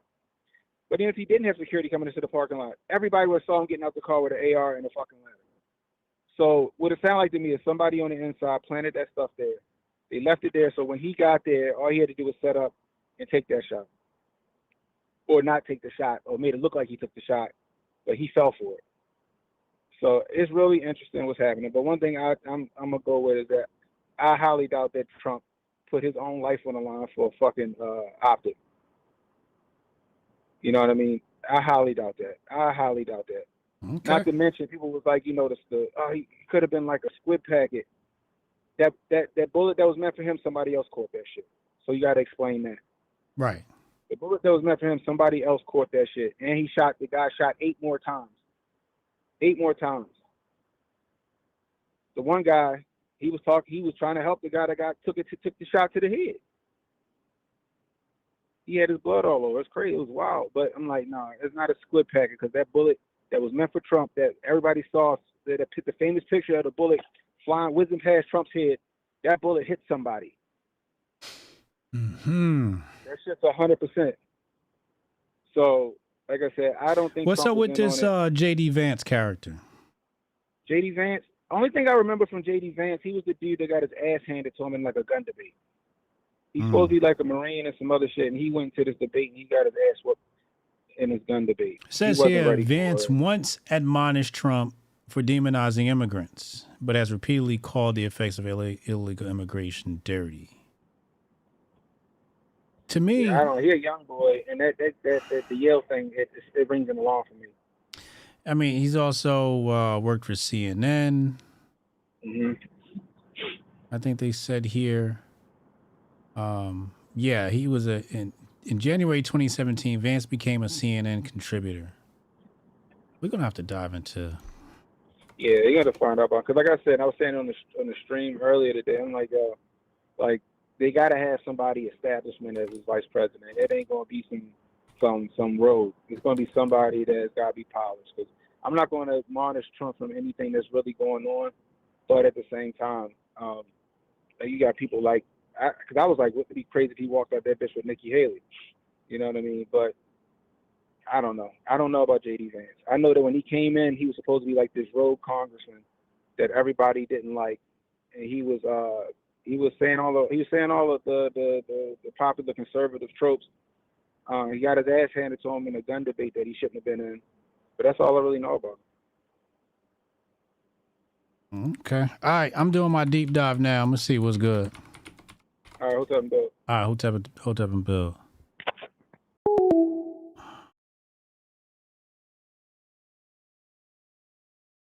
So Time Magazine got him as Time 100 next. So Time Magazine said he was somebody to keep an eye on. When J.D. Vance entered the Republican primary for last year's Ohio Senate race, the first-time candidate and best-selling author initially looked like a long shot because of his past criticism of former President Trump. But his ability to articulate the Trumpian populism, including comments critics called racist and sexist and others embracing Trump's lies about the 2020 election, earned him Trump's endorsement anyway, and went on to win a general election. Vance's backers include right-wing billionaire Peter Thiel. He has proved willing to take positions that go against the GOP grain, like championing new rail safety regulations in the aftermath of East Palestine, derailment and opposing U.S. military aid to Ukraine. Bipartisan foreign policy consensus has led the country astray. Vance wrote in an op-ed endorsing Trump for re-election, Donald Trump's presidency marked the first real disruption to a failed consensus and the terrible consequences it wrought. Interesting. Okay. So, all right. So he's got the, I had to do the Time Magazine. There's certain things you got to align these people with. So he's got the Time Magazine stamp. Who else was in this list? Let's go to see full list. I want, okay, here we go. Artists, phenoms, innovators, leaders. Okay, here's leaders. Wow. We should have seen this one coming. Call from Strong Dad. Strong Dad, what's good, bro? What up, what up? I got my theory. But first, I just want to say that very first video of me you showed, that was motivated by Uncle Hotep's rant about how it's not even the 50s no more. And you know what I'm saying? Like the way he described it, it really made some sense. We're all trying that shit, but these niggas don't give a fuck no more. You might as well just give it up. Yeah. But yeah. anyway, here's my theory. Okay. What happened was behind closed doors, they had a plan for, an election transition between Trump and Biden. Biden was going to step down behind closed doors and make it look like he put up a fight, but really he's going to lose. At some point, this nigga and his wife decided, fuck that shit, and stopped working with them. Okay. Mm-hmm. So what ended up happening last minute, Trump's camp behind closed doors without Trump said, listen, we got to figure out a way to make sure that this is a landslide. If he's not going to cooperate, we have to get this moving. And so they said, let's plan an assassination, but it's going to fail. And that's when Trump was let in on it. But here's what I think. I think that Trump was told that there was going to be ample clearance between him and the target, the actual person who got killed. They were just choosing that person, whoever was in the crowd. If it's a paid seat, then they put him there. If it wasn't a paid seat, then they planned to just hit whoever was sitting in that spot. But they told Trump that it was going to be ample clearance. They might have even told him no one was going to get hurt, but it was going to be a clear assassination attempt. So Trump didn't expect that the person that they hired to do this was going to shoot closer to him than that. And this is So you think Trump knew about it? Kid, I think he knew about the attempt, but I think they lied to him about the case of injury. I think they told him, you're going to be fine. You're not even going to be grades. No one's going to be nowhere near you, but it's going to look like it from the crowd. We're going to have paid, photo ops everywhere. So they're going to get the picture and it's going to look real. But really, behind closed doors, they were like, it has to look real. And so when that kid hit his ear, I'm still kind of torn between either he gets the graze or he gets that close to his head and it was the grace of God. You know what I'm saying? Like, he's aiming for the target, and by the grace of God, Trump actually, like, he wasn't supposed to be sitting where he's at and then move just a little bit, and he got that shot. I feel like that kid was an ace shot, and they either tortured this nigga to get him to do it. They either told him, it's up to you to get it done. We'll make sure you're taken care of and paid for. Or they told this kid to do it, and they wanted him to die, but he didn't know he was going to die. He thought, I'm going to get away. They're going to work it all out behind closed doors, but they plan to kill him too. Or they blackmailed, like, we're going to kill your family. We're going to kill everyone you know. And so you have to make this shot after a little bit of torture. But I believe that kid was an ace shot. And I believe Trump knew about the shot, but not about the closeness of the shot. I believe that everybody else was in on it. And I believe he didn't know Biden's camp was not going to participate until last minute. And that's why this is. And also, it was meant to look like a visible psyop. It was not meant to look like a failed real assassination or a failed, it was meant to look like a psyop on both sides. Because the more speculation, the more attention, now everyone is talking about it. There's even on the channel, Cannon is pro, he didn't know, but then you have Goldstein's take, right? And then you have the take I dropped in the chat the day it happened. And I do believe they want it to be that all these takes exist in order for us to just clamor up, that voting appeal for him so he can get that landslide victory because Biden's camp has stopped working. That's what I think. Kofi on tight. Kofi on tight. All right, bro. Appreciate you, man. Yep. Hotep and Bill. Hotep and Bill. Let's get Jules in here. Let's see what Jules got for us. Phone lines are jam-packed. I don't know if I like this JD Vance pick, man. Described Trump as a cultural heroine. Said he was leading the white working class to a very dark place. Described him as a never Trump guy. Described himself as a never Trump guy. Called Trump reprehensible. I can't really trust nobody that was against Trump in 2016. I can't do that.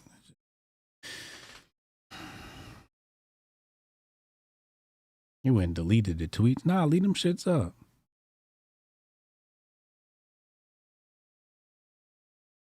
So apparently Trump's popularity went up in Vance's household after the Brett Kavanaugh Supreme Court hearings. Call from Jules. Jules, what's up, bro? Hotep, fam. And long to the Grift God. Yes, sir, man. What's up with you, man? What's your take on all of this, yo? Yo, you was right on when you said the movie Shooter. Yep. This ain't but I would think an attempt to persuade the. To sway what? Your phone breaking up. Hello? His phone line's messed up. Let's get a nigga named T. A nigga named T about to call in. Let's see what he's got.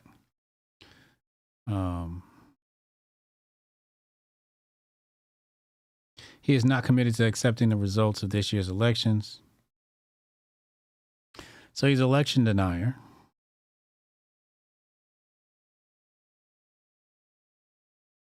Told the states like Pennsylvania and Georgia and so many others that we need to have multiple slates of electors, and I think the U.S. Congress should have fought over it from there.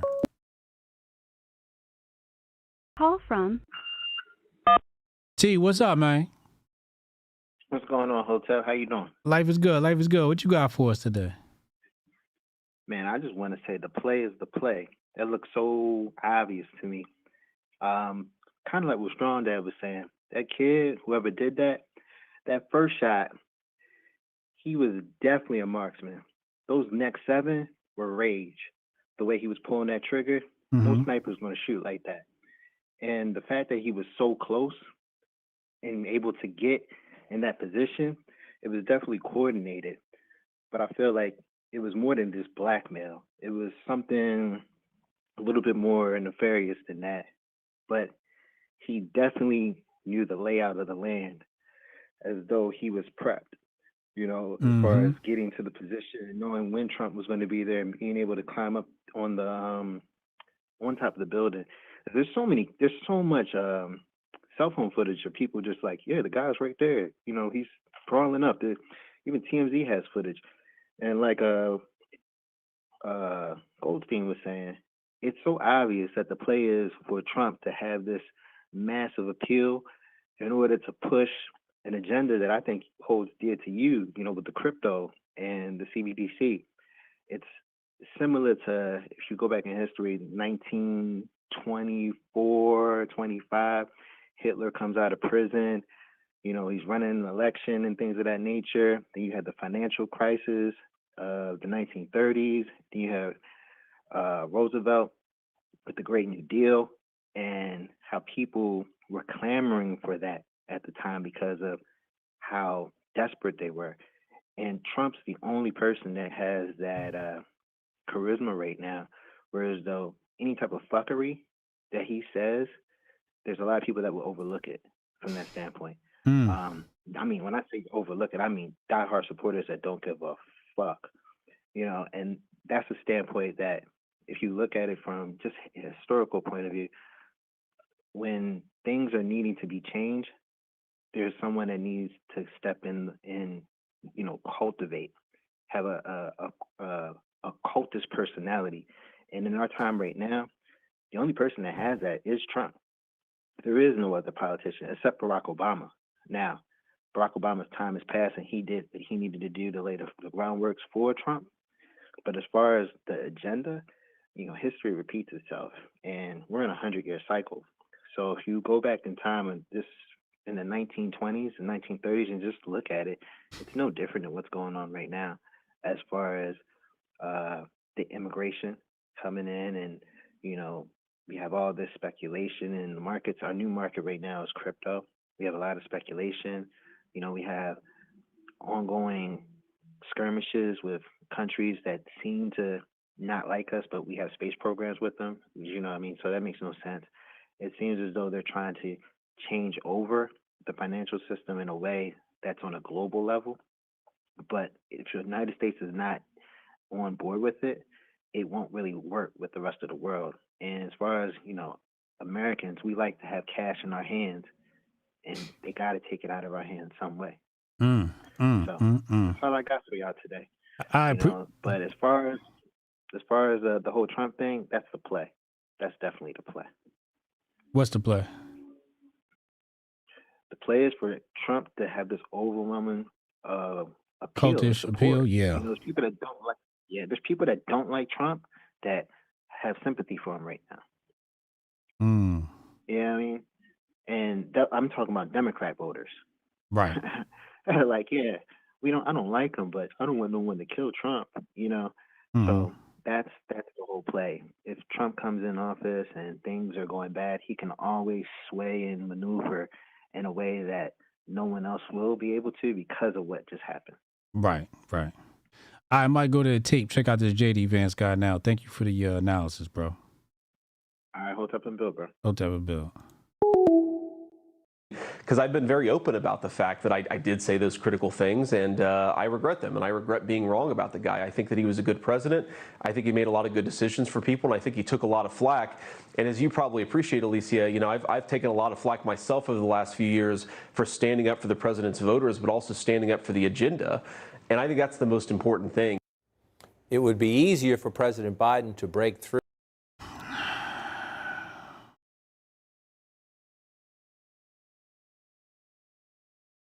You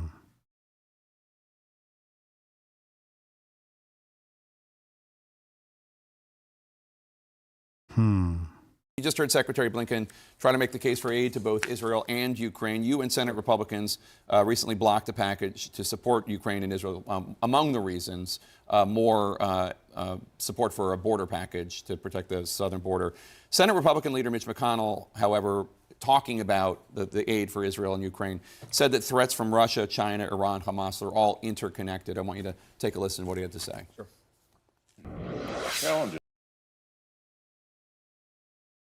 Force and Israel alone aid package just a couple of weeks ago that Democrats blocked in the Senate.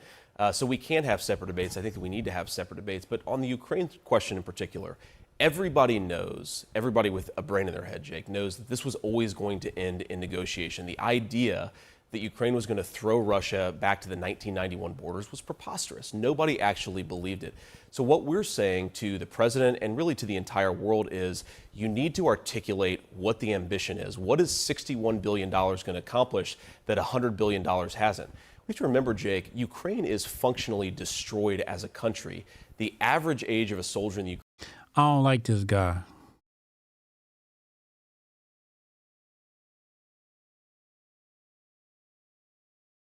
I don't think I like him, chat. I don't think I like this pick. Am I wrong? 62% of the chat says bad pick. So it looks like I'm in alignment with the chat. Jabari said, I seen Godfather Cannon is right. Jabari, $5 holla. Did you show the video from Protocol about the lady behind Trump with the sunglasses that stayed perfectly still and had her cell phone out filming? No, I didn't show it, but I know what you're talking about. That was mad weird. They're sending Loki $5. Or they just pulled the Secret Service for Jill's event, which is in PA at the same time, leaving all the pogs with Trump. Oh, good point. Good point. Trump is too calm about it. Shit is suspicious, says Zulu.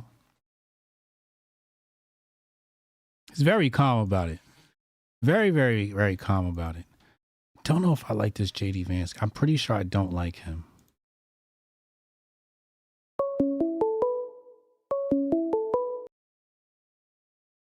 Call from Hotep Sage.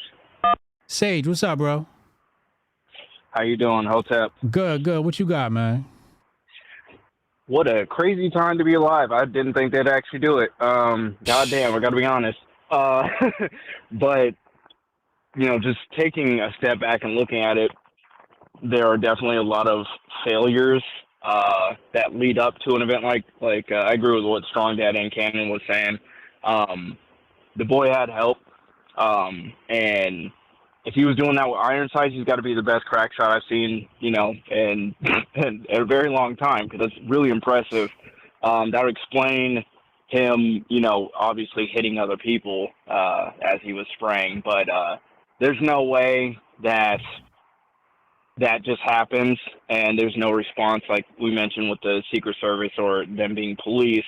I think it is probably likely that they were told to stand down, because there's no way they wouldn't have been able to see him where they were at. Like, you can't sell that story, right, that they didn't see him. Like, that's not possible. Somebody, if you have people in the audience that are able to see him from their vantage points, not above everything else, they saw him. And if they were local PD, it would make sense that they would not have had the go ahead and take a shot if they saw something, because if it was the Secret Service guys, from what I understand from my limited time in the military, if it was Secret Service, they would have been able to take that shot free and clear. You know, that would have been kosher as far as that stands. Right. So definitely, I think it is likely, like you were saying earlier, that they were told to stand down beforehand, because there's no reason why you wouldn't take that shot, and then he gets his few rounds off and then they shoot. So it would make sense with their local protocols probably being the case that they can be responsive. They can't be, you know, they can't take a shot without the clearance of, you know, the Secret Service and everything like that. As far as who benefits from this, I mean, it is an establishment win in the long run, because I think this is going to start to galvanize that Trump base and make them appear more to what it is the media is trying to make them out, the establishment is trying to make them out to be. I don't think that's a net positive for that group for the MAGA individuals. I don't think that Trump was in on it.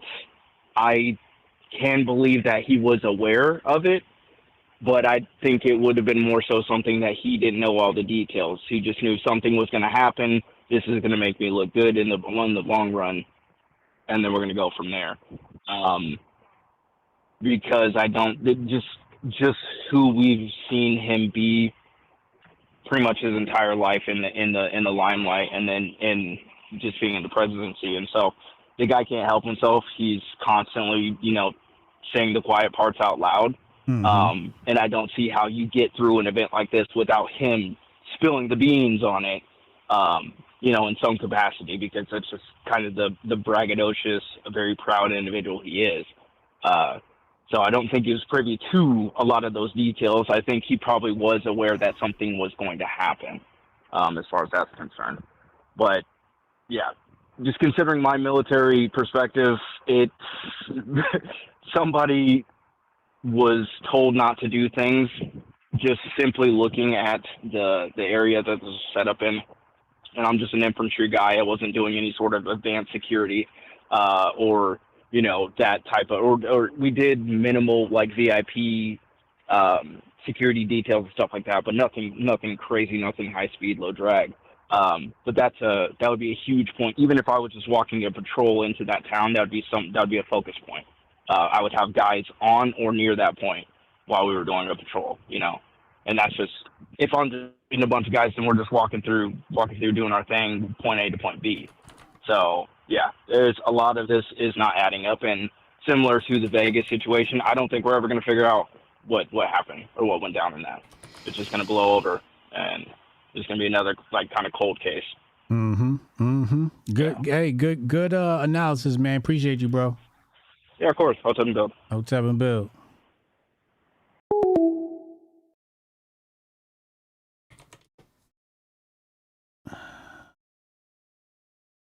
Hold on, I want to play something. The first 2024 presidential debate between the four. Thanks for having me. I mean, look, I think it was a masterful performance by Donald Trump. I think what you really saw on display was two critical differences between Trump and Biden. The first is Trump has real compassion for the people who have suffered under Biden policies. You heard him talk about calling the mother police people for being anti-Israel or pro-Israel. You can police people for violating the law. And we have seen some of that with some of these protests. Okay, so you agree that people who break in and vandalize a building should be prosecuted? Exactly. It was at this moment that he knew. He fucked up. Okay, so you agree that people who break in and vandalize a building should be prosecuted? Exactly. Okay, I'm just checking because you did help raise money for people who did so on January 6th, which was, impeding an official proceeding, breaking. Yo, what's up, man? Yo, Hotep, what's good? What's good? What you got, bro? Hey, so I believe, it was all staged as well, but I have just like a couple of questions about the event. Because if it was staged, I feel like they did a bad job at it, you know what I'm saying? So why during the event would they have somebody scaling the walls for the masses to see? I feel like that was, really staged. You probably already have your shooter on in the set position. You feel me? Unless that guy that was climbing was like a decoy or something. You know what I'm saying? And I have another question. So if this is really staged, I feel like why would they play into the narrative of the quote unquote always the white mass shooters? You know what I'm saying? Why wouldn't they have just somebody of a different race? I feel like that would have made a way more compelling story. You know what I'm saying? Would have made it way more interesting. Made it more believable. Hell yeah, that it was staged. Like why do you have just another white man doing the same shit that they quote unquote always do? You know what I'm saying? That's just my couple of questions about it. Hey, there's some good questions, man. We're gonna have to wait and see. We're gonna wait and see, man. A lot of details gonna come out this week. We'll continue to report on it. Definitely. All right, Hotep and build. Hotep and build.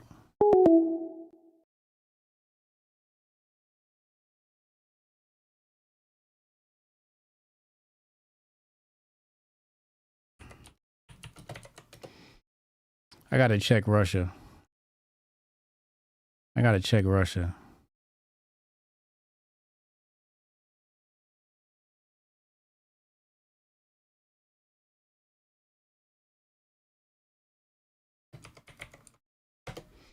Let's type in JD Vance, Ohio.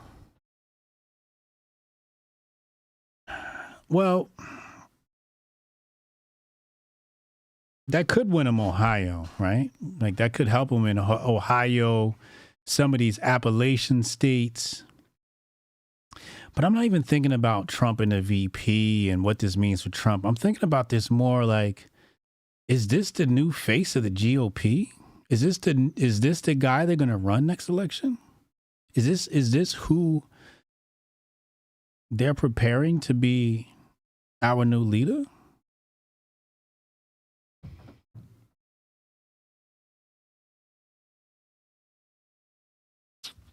Is this it?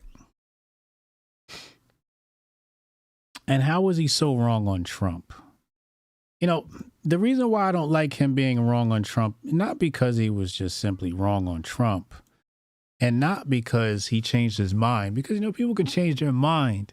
The reason why I find it suspicious is because basically you're just a go along and get along guy, right? You think that, okay, here's the way I'm supposed to play this. So I'm going to play it like this, which means he's establishment, which means he's a grifter. We got to vote for him on grifties.com. Somebody got to go nominate this guy because this is one hell of a grift to get to this position. But that's why I don't like it. You know, you went from a never Trumper to, you know, was Trump's biggest fan and his VP. Something doesn't smell right. This ain't passing the smell test.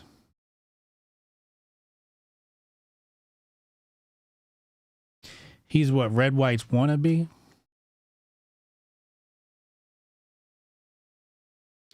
JD Vance versus Newsom. Yeah.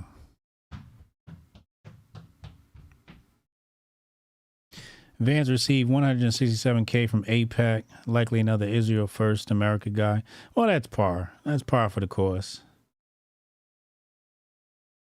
Yeah, let's see what his vaccination status is.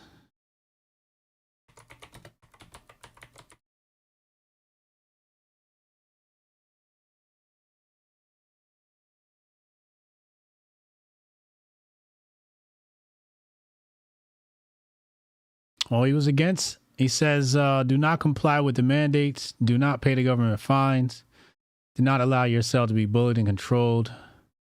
This is after Biden. This is after Biden takes over.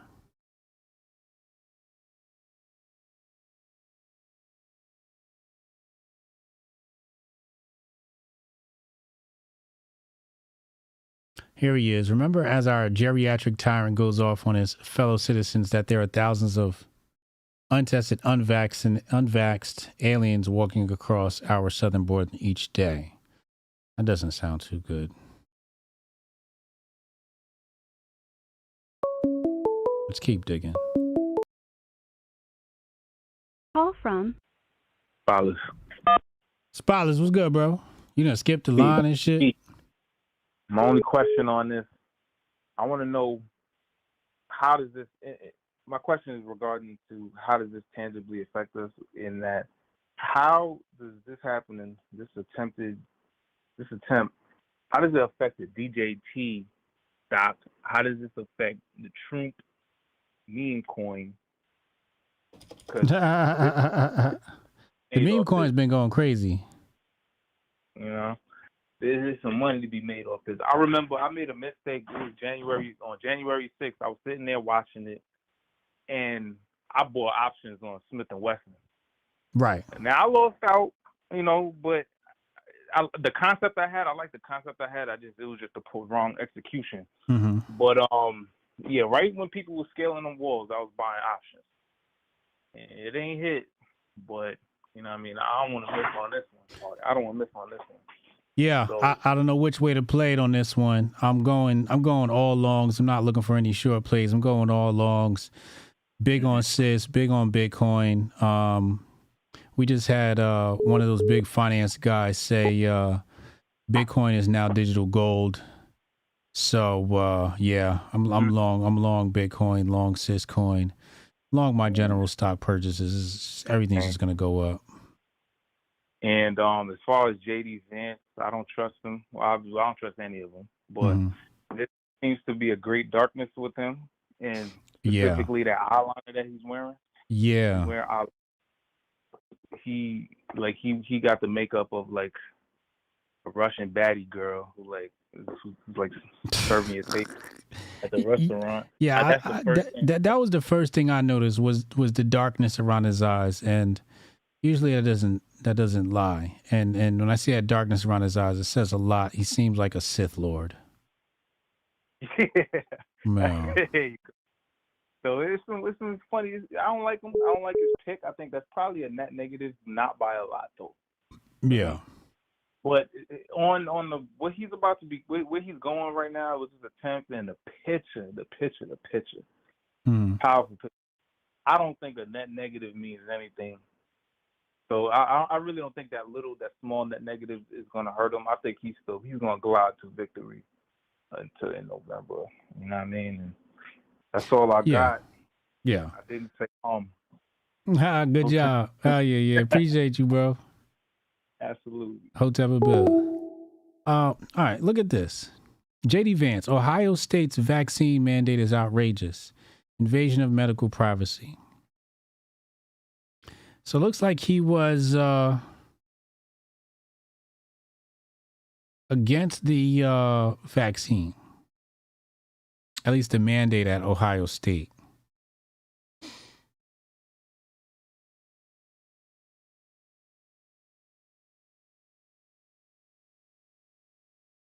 Which is good.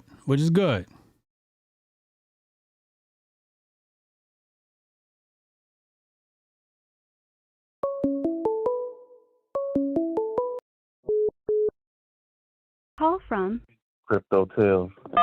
Crypto Tales, what's up, bro? Yo, what's good with it, bro? What's good? What you got for us? Yo, I'm a first-time subscriber, bro, recently, man, but I just have to, I've been in crypto for about 6 years now, and it's really all about that, man. I think this is the Black Swan event that was supposed to happen to implement what's coming next, and I think it's really all about crypto. Like, I don't really know too much about JD Vance, but when you was looking it up, you said something about Peter Thiel, which is like the PayPal mafia, right? Yeah. I think it's all about money. I think it's about getting in line. So I think that's why he made that choice, and we'll see what happens from there. Yeah. I made those connections as well. I'm digging for something else though. There's something missing here, and I'm trying to get to the bottom of it. But you're absolutely right. I just don't like doing the whole, it's Peter Thiel, so he's automatically bad, right? Because in business, it's when you're talking about big business, it's only a handful of players, and at a certain point, you're gonna get some money from Mark Andreessen, you're gonna get some money from Peter Thiel, right? These guys are gonna be, a part of your cap table at some point, right? So, and I think that's why he kind of chose that route, because he knew that's where the money is. Yeah. And I knew that brings in that power, especially if you're going against a system that's already created. You're trying to create a new system, right? That's blockchain, that's crypto. But in order to move to that system, you have to take down the old system, right? So that's what's happening. You said earlier about the Fed. And once that money printer go off, you already know it's crypto's boom. So it's really packed in bags right now, or you're going to miss out, especially in Congress, they're talking about stablecoin regulation. They're talking about, the FIT 21 they're trying to pass. So it's a lot going on, and I think it's all about crypto. Yeah. I'm about to check his crypto stance right now. Stand by. Yeah, if you look back on Donald Trump when he was president, he did an executive order 13772. It was about the future of payments, right? he got a lot of blockchain, crypto projects, companies in that executive order. So I think if he would have got that second term, they would have implemented blockchain and crypto a lot faster. And, since, Biden came in, they had the anti-crypto coalition with, Elizabeth Warren and everybody else. So I think the plans coming in is, moving to a new system, backed by gold, backed like how BRICS is doing it. And, we're going to move forward. We're trying to create a digitalized system. Yeah. All right, I'm going to dig in and see what's good. All right, for sure, man. Hotep a bill. All right, what is this? The price of beef is up 50% in the past year, blah, blah, blah, blah. And he says, we bought a quarter cow a year ago, and it's like Bitcoin. Then we have another tweet from JD Vance. He said, I'm over here laughing at everyone for investing in stocks and Bitcoin. I bought a 1999 Honda Civic last year. It's now worth $2 million. What? It's kind of cryptic. He's like trolling.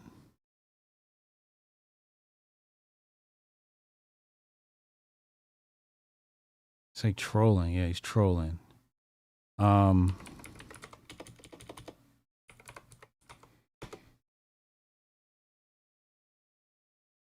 This is why crypto is taken off. The regime will cut off access to banking if you have the wrong politics. Saying the right things. He's saying the right things. Let's see. Nothing about CBDC.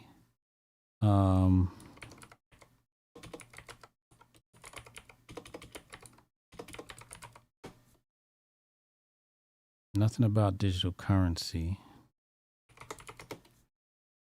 Nothing about gold. What does he say about cash?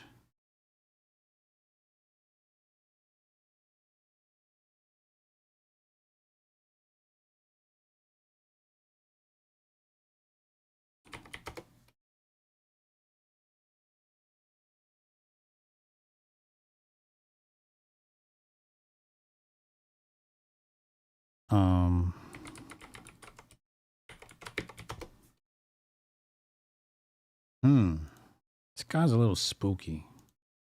It's a little spooky. Yeah, it's a joke about inflation. Yeah, he's trolling. Have you seen the recent laws he's signed? What laws has he signed?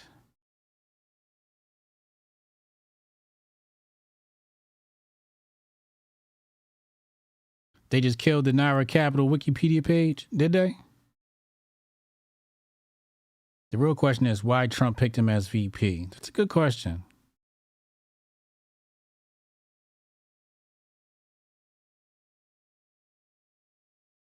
Oh, you guys know that guy Tails?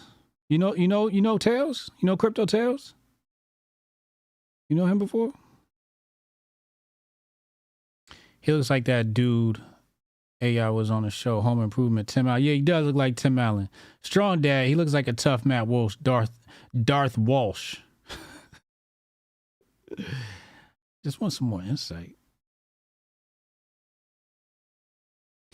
Did he get the vaccine? I don't know. JD Vance is the establishment face of MAGA. That's what it's looking like. You think he signed the anti-CBDC bill? I'm pretty sure Ohio has one.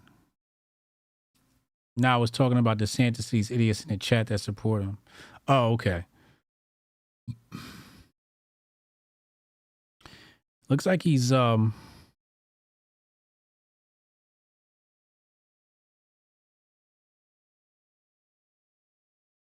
all the right things. Jonah says he wants to double dip on JD Vance. Maybe Jonah has something on this JD Vance guy we don't know about. Hopefully Jonah comes through for us. Obviously the critics are going to be out heavy, so I'm looking forward to that.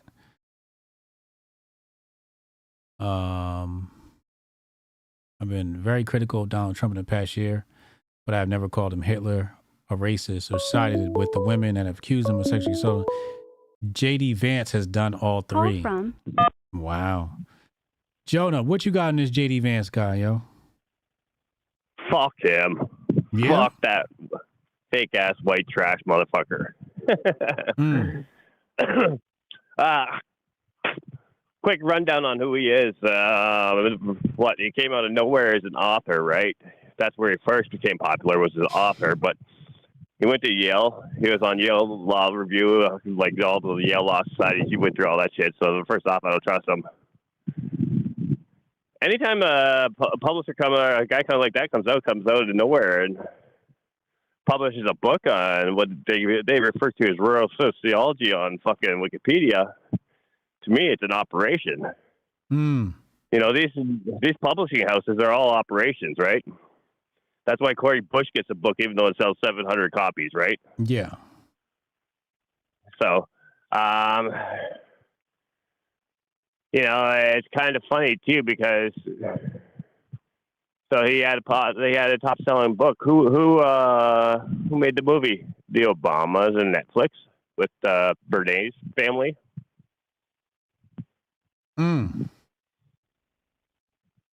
Why did you go to them? Right. Yeah. Yeah, the Hillbilly Elegy or whatever the fuck his book, right? It was on Netflix special. So right there, fuck that. No, I don't trust this dude. Why did you go with the Obama, you know, the executive producers or whatever they are, the owners, or we all know that they're in Netflix somehow. We all know it comes from a Bernays family, yet he signed for them to take on the production. Right.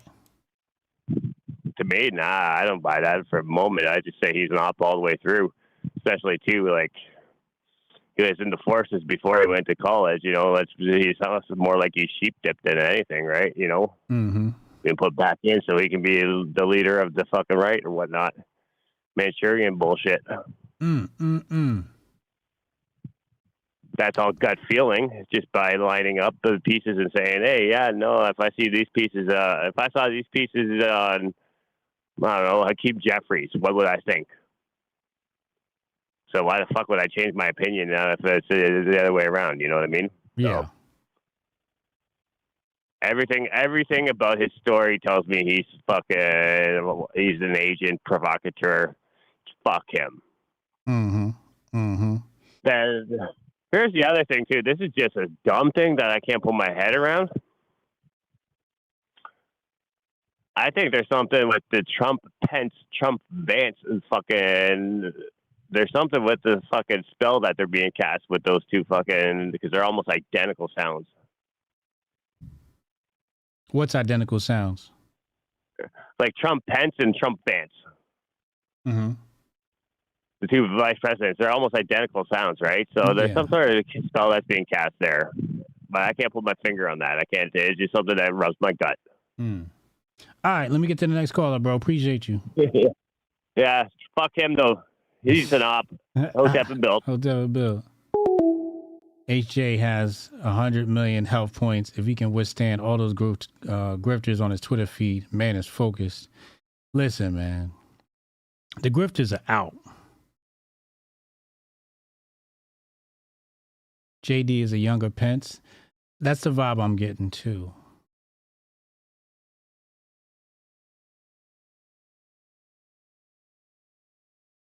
That's the vibe I'm getting too. Who did we miss here? So we got somebody from Ohio about to call, and let's get the Ohio Teps in here. They would know about this guy.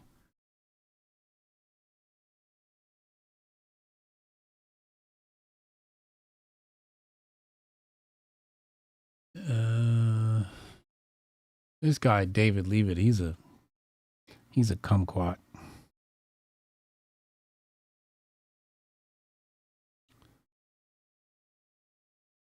Some guy was all over. You know, I'll say this. Trump picked the right time to announce this shit. This is the perfect time to announce it. Like, when your popularity is super high and then you come out with this guy.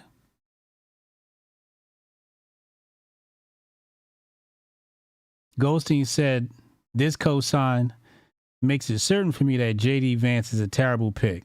So Matt Walsh likes him. Let's see what Alex Jones says. Yeah. Well, I've got some breaking news for you and some inside baseball. Trump has just picked Senator J.D. Vance as his VP. An excellent choice. An excellent choice. Breaking news for you in some inside baseball. Trump has just picked Senator J.D. Vance as his VP. An excellent choice. I happened to run into J.D. Vance at the TPUSA Action event that I was speaking at. He spoke right after I did a few weeks ago in Detroit, Michigan. And I talked to him and his chief of staff, and they told me they were listeners for a long time. I know Vance has defended me before against these attacks on free speech. And I said, hey. Yo, what's up, bro? Hold on 1 second. All right.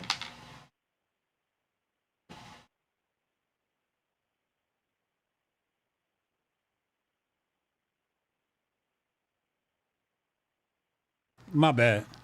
Yeah, what you got for us, bro? So, I don't know too much about J.D. Vance. I ain't really called to say much about him. My take on that is, I don't expect to really like any of those VP picks, to be honest with you. Like, the only one I would have liked would have been Doug, because I think he did the best on the debate stage. But kind of hard for me to even decide. Like, when people were asking, who do you think would be a good pick? I was like, kind of hard for me to decide. I don't think it's too many good picks out there, right? Mm-hmm. And whoever they're gonna pick has to be establishment. Like, people were talking about like the Trump Vivek ticket, and it's like that was never gonna fucking happen. They're not gonna have two basically non-establishment motherfuckers, even though Vivek should be establishment easily. Like, they're not gonna have two like basically businessmen who've never really done this before walk in. Like, one of them has to be like a career politician. That's what they did with Pence during the first time. Mm-hmm. I also would not compare him to Pence at all. Like, as a conservative Republican, sure. And I'll also disagree with you on him not being down with Trump at first. For me, it's two ways that can go, right? It actually might make me trust you more, because if you were a conservative, right, a traditional conservative, and Trump comes up out of the blue, I'm not going to be mad at you for being like, who the fuck is this guy? All of a sudden, like, he was like, if you knew about Trump before, you knew he was a Democrat, you knew he wasn't actually conservative. So if you were looking at him skeptically before and you wasn't really feeling him, like, I could understand that. You know what I mean? Like, for me, that's justifiable. But then I got to look at how you move on everything else. And because the guy's so young, I don't really have much else to say about him. But he's going to be an establishment pick. We'll see what happens after this, but to answer your question from earlier, yes, this is what they're trying to do with the Republican Party going forward. I would say this is like, he would be probably some kind of representation for Project 2025. You know what I mean? Mm-hmm. But as far as that shooting go, look, I agree with you. I have a couple of takes of my own, but I'm gonna say one thing. Y'all niggas need to loosen y'all koofies sometimes. Just for a little bit. Just for 1 day. For 1 day. For 1 day. Can you niggas loosen your koofies? Like, just let niggas Chris. So where do you draw the line on the conspiracy theories? I saw, who is that I saw a video of somebody. It was a black woman, obviously a Democrat black woman, was talking about like blood packs or something. Did you see that video? I don't remember who that was. Where do you draw the line on the conspiracy? Like, where do you think the conspiracy starts? Like, that you'll accept it? I pretty much, as long as it's kind of reasonable, as long as there's some evidence that you're pulling from what happened, which I'd say, like, we haven't let it breathe enough, really. So I don't know how much has come out that we can really speculate on yet, besides what happened on that day. Mm. But I think shit like, blood packs and all that kind of stuff is like, I'm like, hey, that's a little out the window. Now, I also don't think he would put himself in a danger. I think, was it Strong Dad that said that? Mm-hmm. Or Cannon? I don't think he would stage like something like that himself and put himself in danger. Could very easily be an op, though. He's talking about they got the women on his security team. They might be trying to have him have a weak security force in general, just so something happened to him at any point. They just, they might just be giving him the worst people they can give him, just so something do happen to him. That's one thing that could easily be going down. Mm-hmm. But it also could be like they trying to go with the narrative, or the left is trying to go with the narrative that this is a quote unquote Republican shooter. So for all we know, right, could be to some degree, and have some inside people Because like somebody else was saying, yeah, it does look like it's a little weird that he was able to get there, no location to go to, nobody's stopping him while he's up there, they're waiting it. Yeah, I can definitely understand, like, because there's no reason why you wouldn't think there's something going on here. Yeah. Everybody that was there is definitely going to be thinking there's something going on here. Why didn't they just shoot him down? Why, no other time would that happen. But you never know. You never know. I just want to get the grift off a little bit. Just want to grift off a little bit. So I would appreciate for y'all niggas to keep your coopies a little loose for at least a day. I'm waiting for more details. I'm waiting for some investigation details that really just can confuse us even more. Yeah, but that's what I'm gonna get on my shit. Yeah, that's what I'm gonna get on my shit. I appreciate you, bro. Hotep and Bill. Hotep and Bill. As somebody who doesn't like Trump, myself, the elites were right about Donald Trump, right? I'm a never Trump guy. I never liked him. He's the best president of my lifetime, and he revealed the corruption in this country like nobody else. I can't stomach Trump. I think that he's noxious and is leading the white working class to a very dark place. I think that he was a good president. I think he made a lot of good decisions for people. I take it you're not a Trump supporter from what I've read. Am I right? Is that a fair assessment? Yeah. I didn't vote for Trump. All around, he was a great president. I'm 37 years old. Certainly the best president of my lifetime.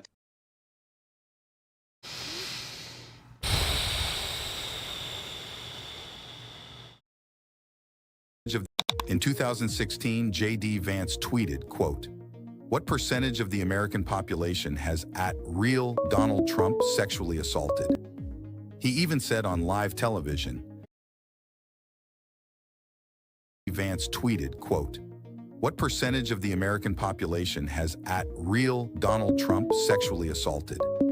He even said on live television that he believes Jessica Leeds' fake rape allegations and that Trump is a liar. Well, this is sort of a he said, she said, right? And at the end of the day, do you believe Donald Trump, who always tells the truth? Just kidding. Or do you believe that woman on that tape? No. The elites were right about Donald Trump, right? I'm a never Trump guy. I never liked him. Is this who we want for vice president? In 2016.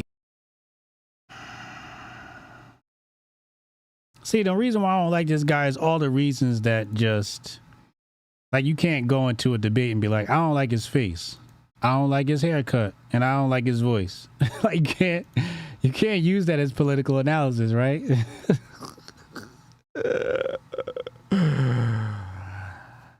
But I don't like his face. I don't like his voice. He's giving beta. It's a big no for me, man. It's a big no for me, and I still don't got no dirt on him other than this never Trump shit, which I'm, for the meantime, giving him a little bit of a pass on.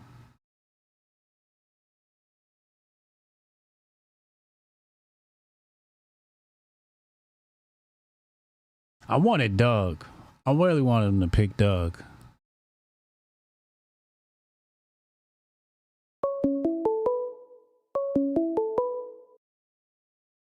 Call from. No thanks. No thanks. What's up, bro? Man, what's up, Hotep, man? You gotta add me on Twitter, man. I be adding you and shit, and I just like, man, hope it didn't reach you. It was a 4chan site, and the guy, the sniper, because like y'all talking about like, oh, like somebody said something like he wasn't Secret Service. He wasn't Secret Service. The sniper went on a 4chan site and he said, I had to do it in my sight, and I was telling him I can get the shot. Wait. I know you ain't come on my channel peddling 4chan shit. No. But what I'm saying is he was saying that the Secret Service. Wait. You believe that was the sniper on 4chan? This is what I'm saying. I'm just letting you know that it bears the reason that when they said, hey, he had 42 seconds, he was looking at him, he's going back and forth. They're saying, because remember, they're police, they're separate. They're saying that the Secret Service told him not to take the shot. It goes back and forth with what Candace Owens and a bunch of these people are saying. They map the detail out a week or two in advance. Like, they go there, they look at all the different points where the snipers would sit. Like, even the guy said, why didn't he go in the window? You know what I'm saying? Even one of the guys in the crowd even was on, even he could have been like some Sandy Hook shit, but he was saying, I told them I saw somebody on, it could be a, you know, it all could be set up like at the end of the day, but it's too convenient. Like the guy was talking about it, that was Amanda Seales was saying that it looked like blood packs from acting. You know, actors, a grifter can spot a grifter. So, you know, I don't disagree with that. But then they also showed video or a picture of him having like a bulletproof jacket and a bullet hit his chest too. So, you know, but it is way too fishy because they saw the dude, but didn't give him the command to shoot the dude. But right after the dude shot, then he shot him. So it goes back to breaking your tools after you use them kind of thing. But they saw him, so I'm kind of messed up about it. Like I do think he got shot at because that guy died in the crowd, you know. And I do, and they have pictures of his vest being hit, but it's like, how did he get up there without them actually seeing him? And then you can see in the scope how they have a sight on him before he shoots. You know what I'm saying? But again, he's police. He said there's establishment of command. So I don't, you know, like you said, we gotta let this shit breathe. But it is a little fishy. But I do think he got shot. You think who got shot? I think Trump got shot at. Oh, okay. You know, people are saying he didn't get shot at. You know, Amanda Seales is saying that's a blood pack and it was fake and everything like that. You know, I think he got shot at. But I do think that there was either a plot on the other side, or you know, where it was an inside job, or because, you know, they're talking about how people were voting against to remove his Secret Service detail, and then it either could be an inside job or the Democrats or whatever those people had something to do with it. But it is fishy. It is very, very fishy. I appreciate you, bro. Thank you for that salient points. Oh, I was gonna say this. Pence is and Bannon, you know, those people are linked to those like Christian extremist groups. So we don't know what's going on with Vance, but instantly when you hear Yale, it's the same thing with like he was saying, skull crossbones, same thing with Manchurian candidates type stuff. But no, Pence and O'Bannon, that's why they kind of turned on Trump. They're more Project 2025 thing. They're more handmaid's tale kind of guys. Mm-hmm. So Vance hasn't reared his ugly, but I do, the dark eyes say it all kind of thing. I agree with that too. But no, Pence is way more Christian extremist than Mike. But they both, I looked them up to see what their religious backgrounds were. They both are Catholic. Vance just converted to Catholic. The Grift began at night. It was in 2019. He like got baptized in 2019, converted to Catholic too. So they're both Catholics, Pence and Vance. And I do think that Trump practices like that. You know, don't outshine the master. He never really picks anybody that's like going to outshine him, like Obama, like kind of, you know, does with that. You know, they always pick people that to equally be president or to run against them. I appreciate you, bro.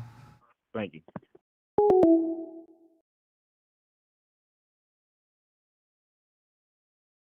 U.S. senatorial candidate for 2022 election in Ohio, a perennial key swing state, recently given $10 million by intelligence agency contractor Peter Thiel. Vance has been through the imperial conditioning of U.S. Marine Corps, where he served as a public affairs officer. Wow, is that true?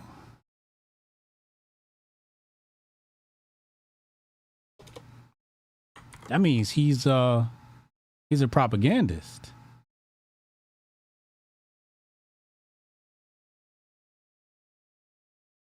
Let's go back. Got his JD from intelligence agency connected Yale, right? His mentor was Professor Amy Chu, another apparent created legend and the first Asian officer in a Harvard Law Review given awards from Time, The Atlantic, and CFR's Foreign Affairs, who was listed as a consultant on the Council of Foreign Relations, CFR, and Ford Foundation, Carnegie Council.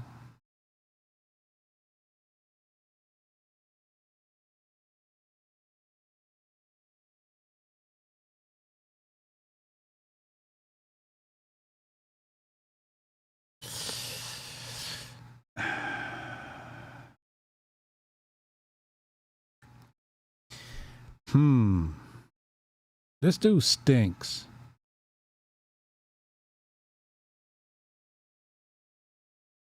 I don't like the CNN ties. What the fuck was he doing working for CNN? Was he really a public affairs? Let's see. What was his role in the Marines? What I learned in the Marine Corps. What did he say?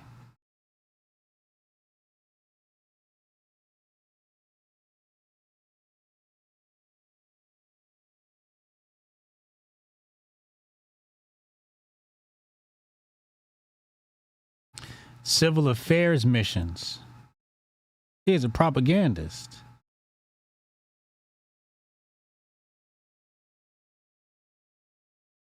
To meet with locals. All right, so when he was in Iraq, he would go out and meet with locals. On our particular mission, senior Marines met with local school officials while the rest of us provided security or hung out in the school kids playing soccer, blah, blah, blah, blah, blah, blah, blah, blah.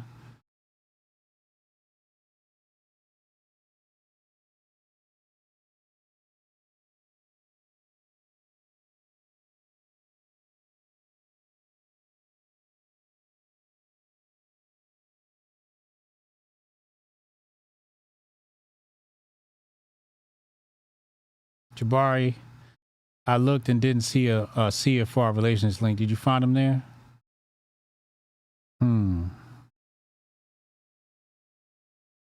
JD Vance stinks.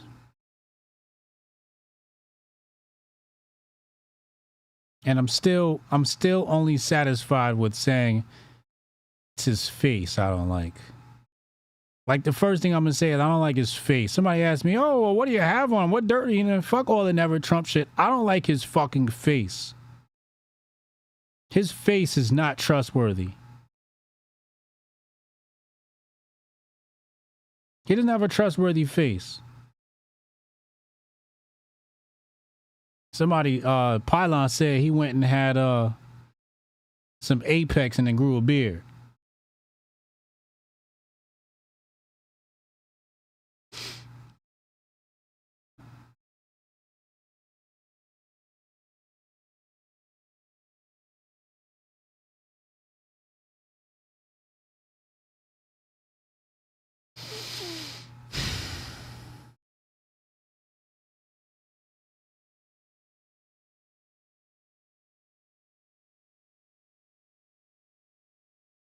What?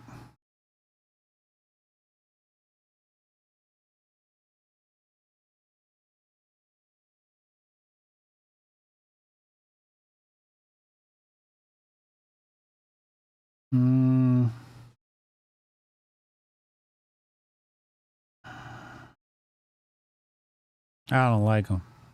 I don't like it one bit. Who is this? Somebody was trying to call in before. If you're trying to call in, go ahead, hit the line. Tell me what you got. I don't like it one bit. So the Obamas gave him a Netflix deal, and I'm supposed to trust this dude? The Obamas gave him a Netflix deal? Is that for that movie? His aura is dark, yeah. I don't like this guy. Gotta advance the agenda, HJ. Oh, this a real Hotep. I see what you did there.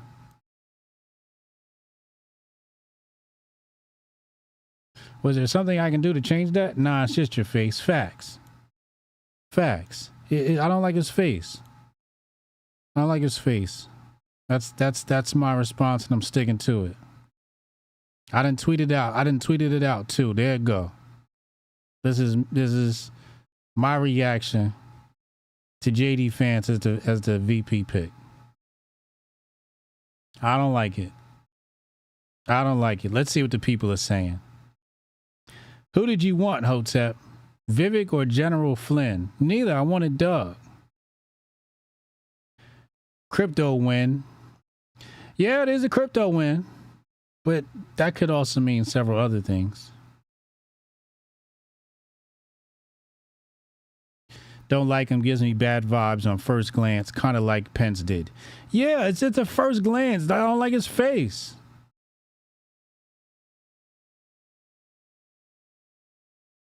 Vance is pure MAGA. MAGA equals faith, family, and freedoms. Okay. Everyone knows why the lamest white men marry Asians and she's not even Christian. What is Trump thinking? Yeah, we saw his wife. I don't even want to get into that. I don't even want to get into his wife and, you know, CFR and all the other red flags on his profile. Peter Thiel's bitch of Trump wins. Bet your crypto that CBDC and brain chips will be a reality. Now, this is where I'm leaning towards. This is probably the guy that's going to bring us a CBDC. This guy says Vance looks like snake in the grass. Yeah. And the fact that Trump chooses now, like, I think that's what makes it suspicious. Because Trump probably knew all along he was going to pick J.D. Vance. And he's like, well, my popularity is sky high right now. And under the cover of the assassination attempt, he releases this information, which lets us know he knew this would be unpredictable. Yeah, the MAGA bots is out. Rico Mania, CBDC is coming in Vance will facilitate. Imagine HJ filing a complaint order on JD. What's the reason? I don't like his face. Facts. Facts. I don't like it. I don't like it. It stinks. His face stinks. I don't like him. I don't like him. His docket is suspicious as hell. I mean, there's a million red flags. Look at it. Here you go. This is supposed to be the leader of the white man? The leader of the Catholic movement? A never Trumper with a brown woman? And look at the dark shit around his eyes. Why is his eyes so dark? I don't like this dude, man. This nigga's a fucking shapeshifter. He's a shapeshifter. He over here dating Vivek's sister and shit. And we supposed to trust him? I don't like it.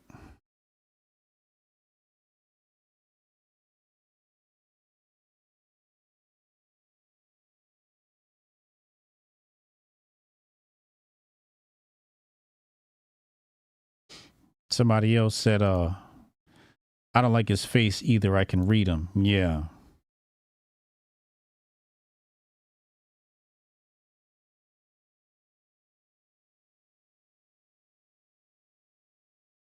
I think we're going to find out some more information on this guy. The sleuths are going to start sleuthing, and we're going to get some more information on these guys. Yeah, the MAGA bots are out. Nate Paul.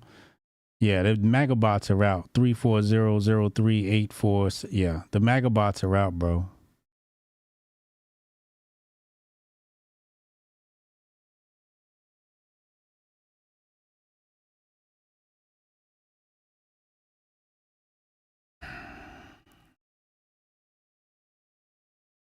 Yeah, he got a red dot.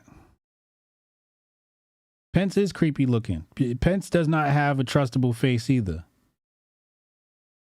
Like, look, let's type in Mike Pence.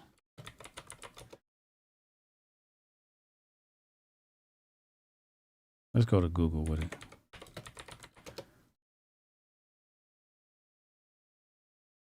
Pence kind of got that same thing going. He kind of got that same thing going. See that? I don't trust him. I don't trust these guys.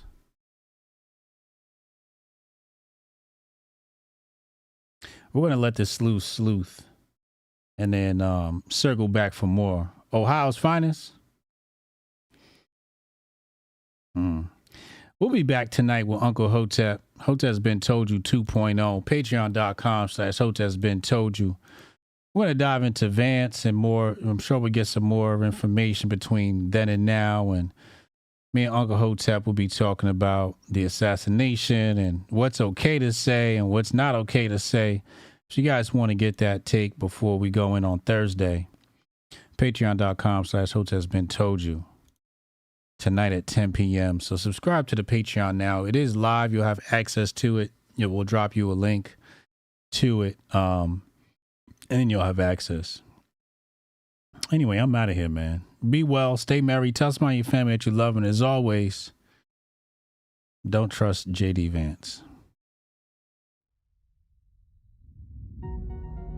Envision a sanctuary where community and sustainability are the cornerstones of living.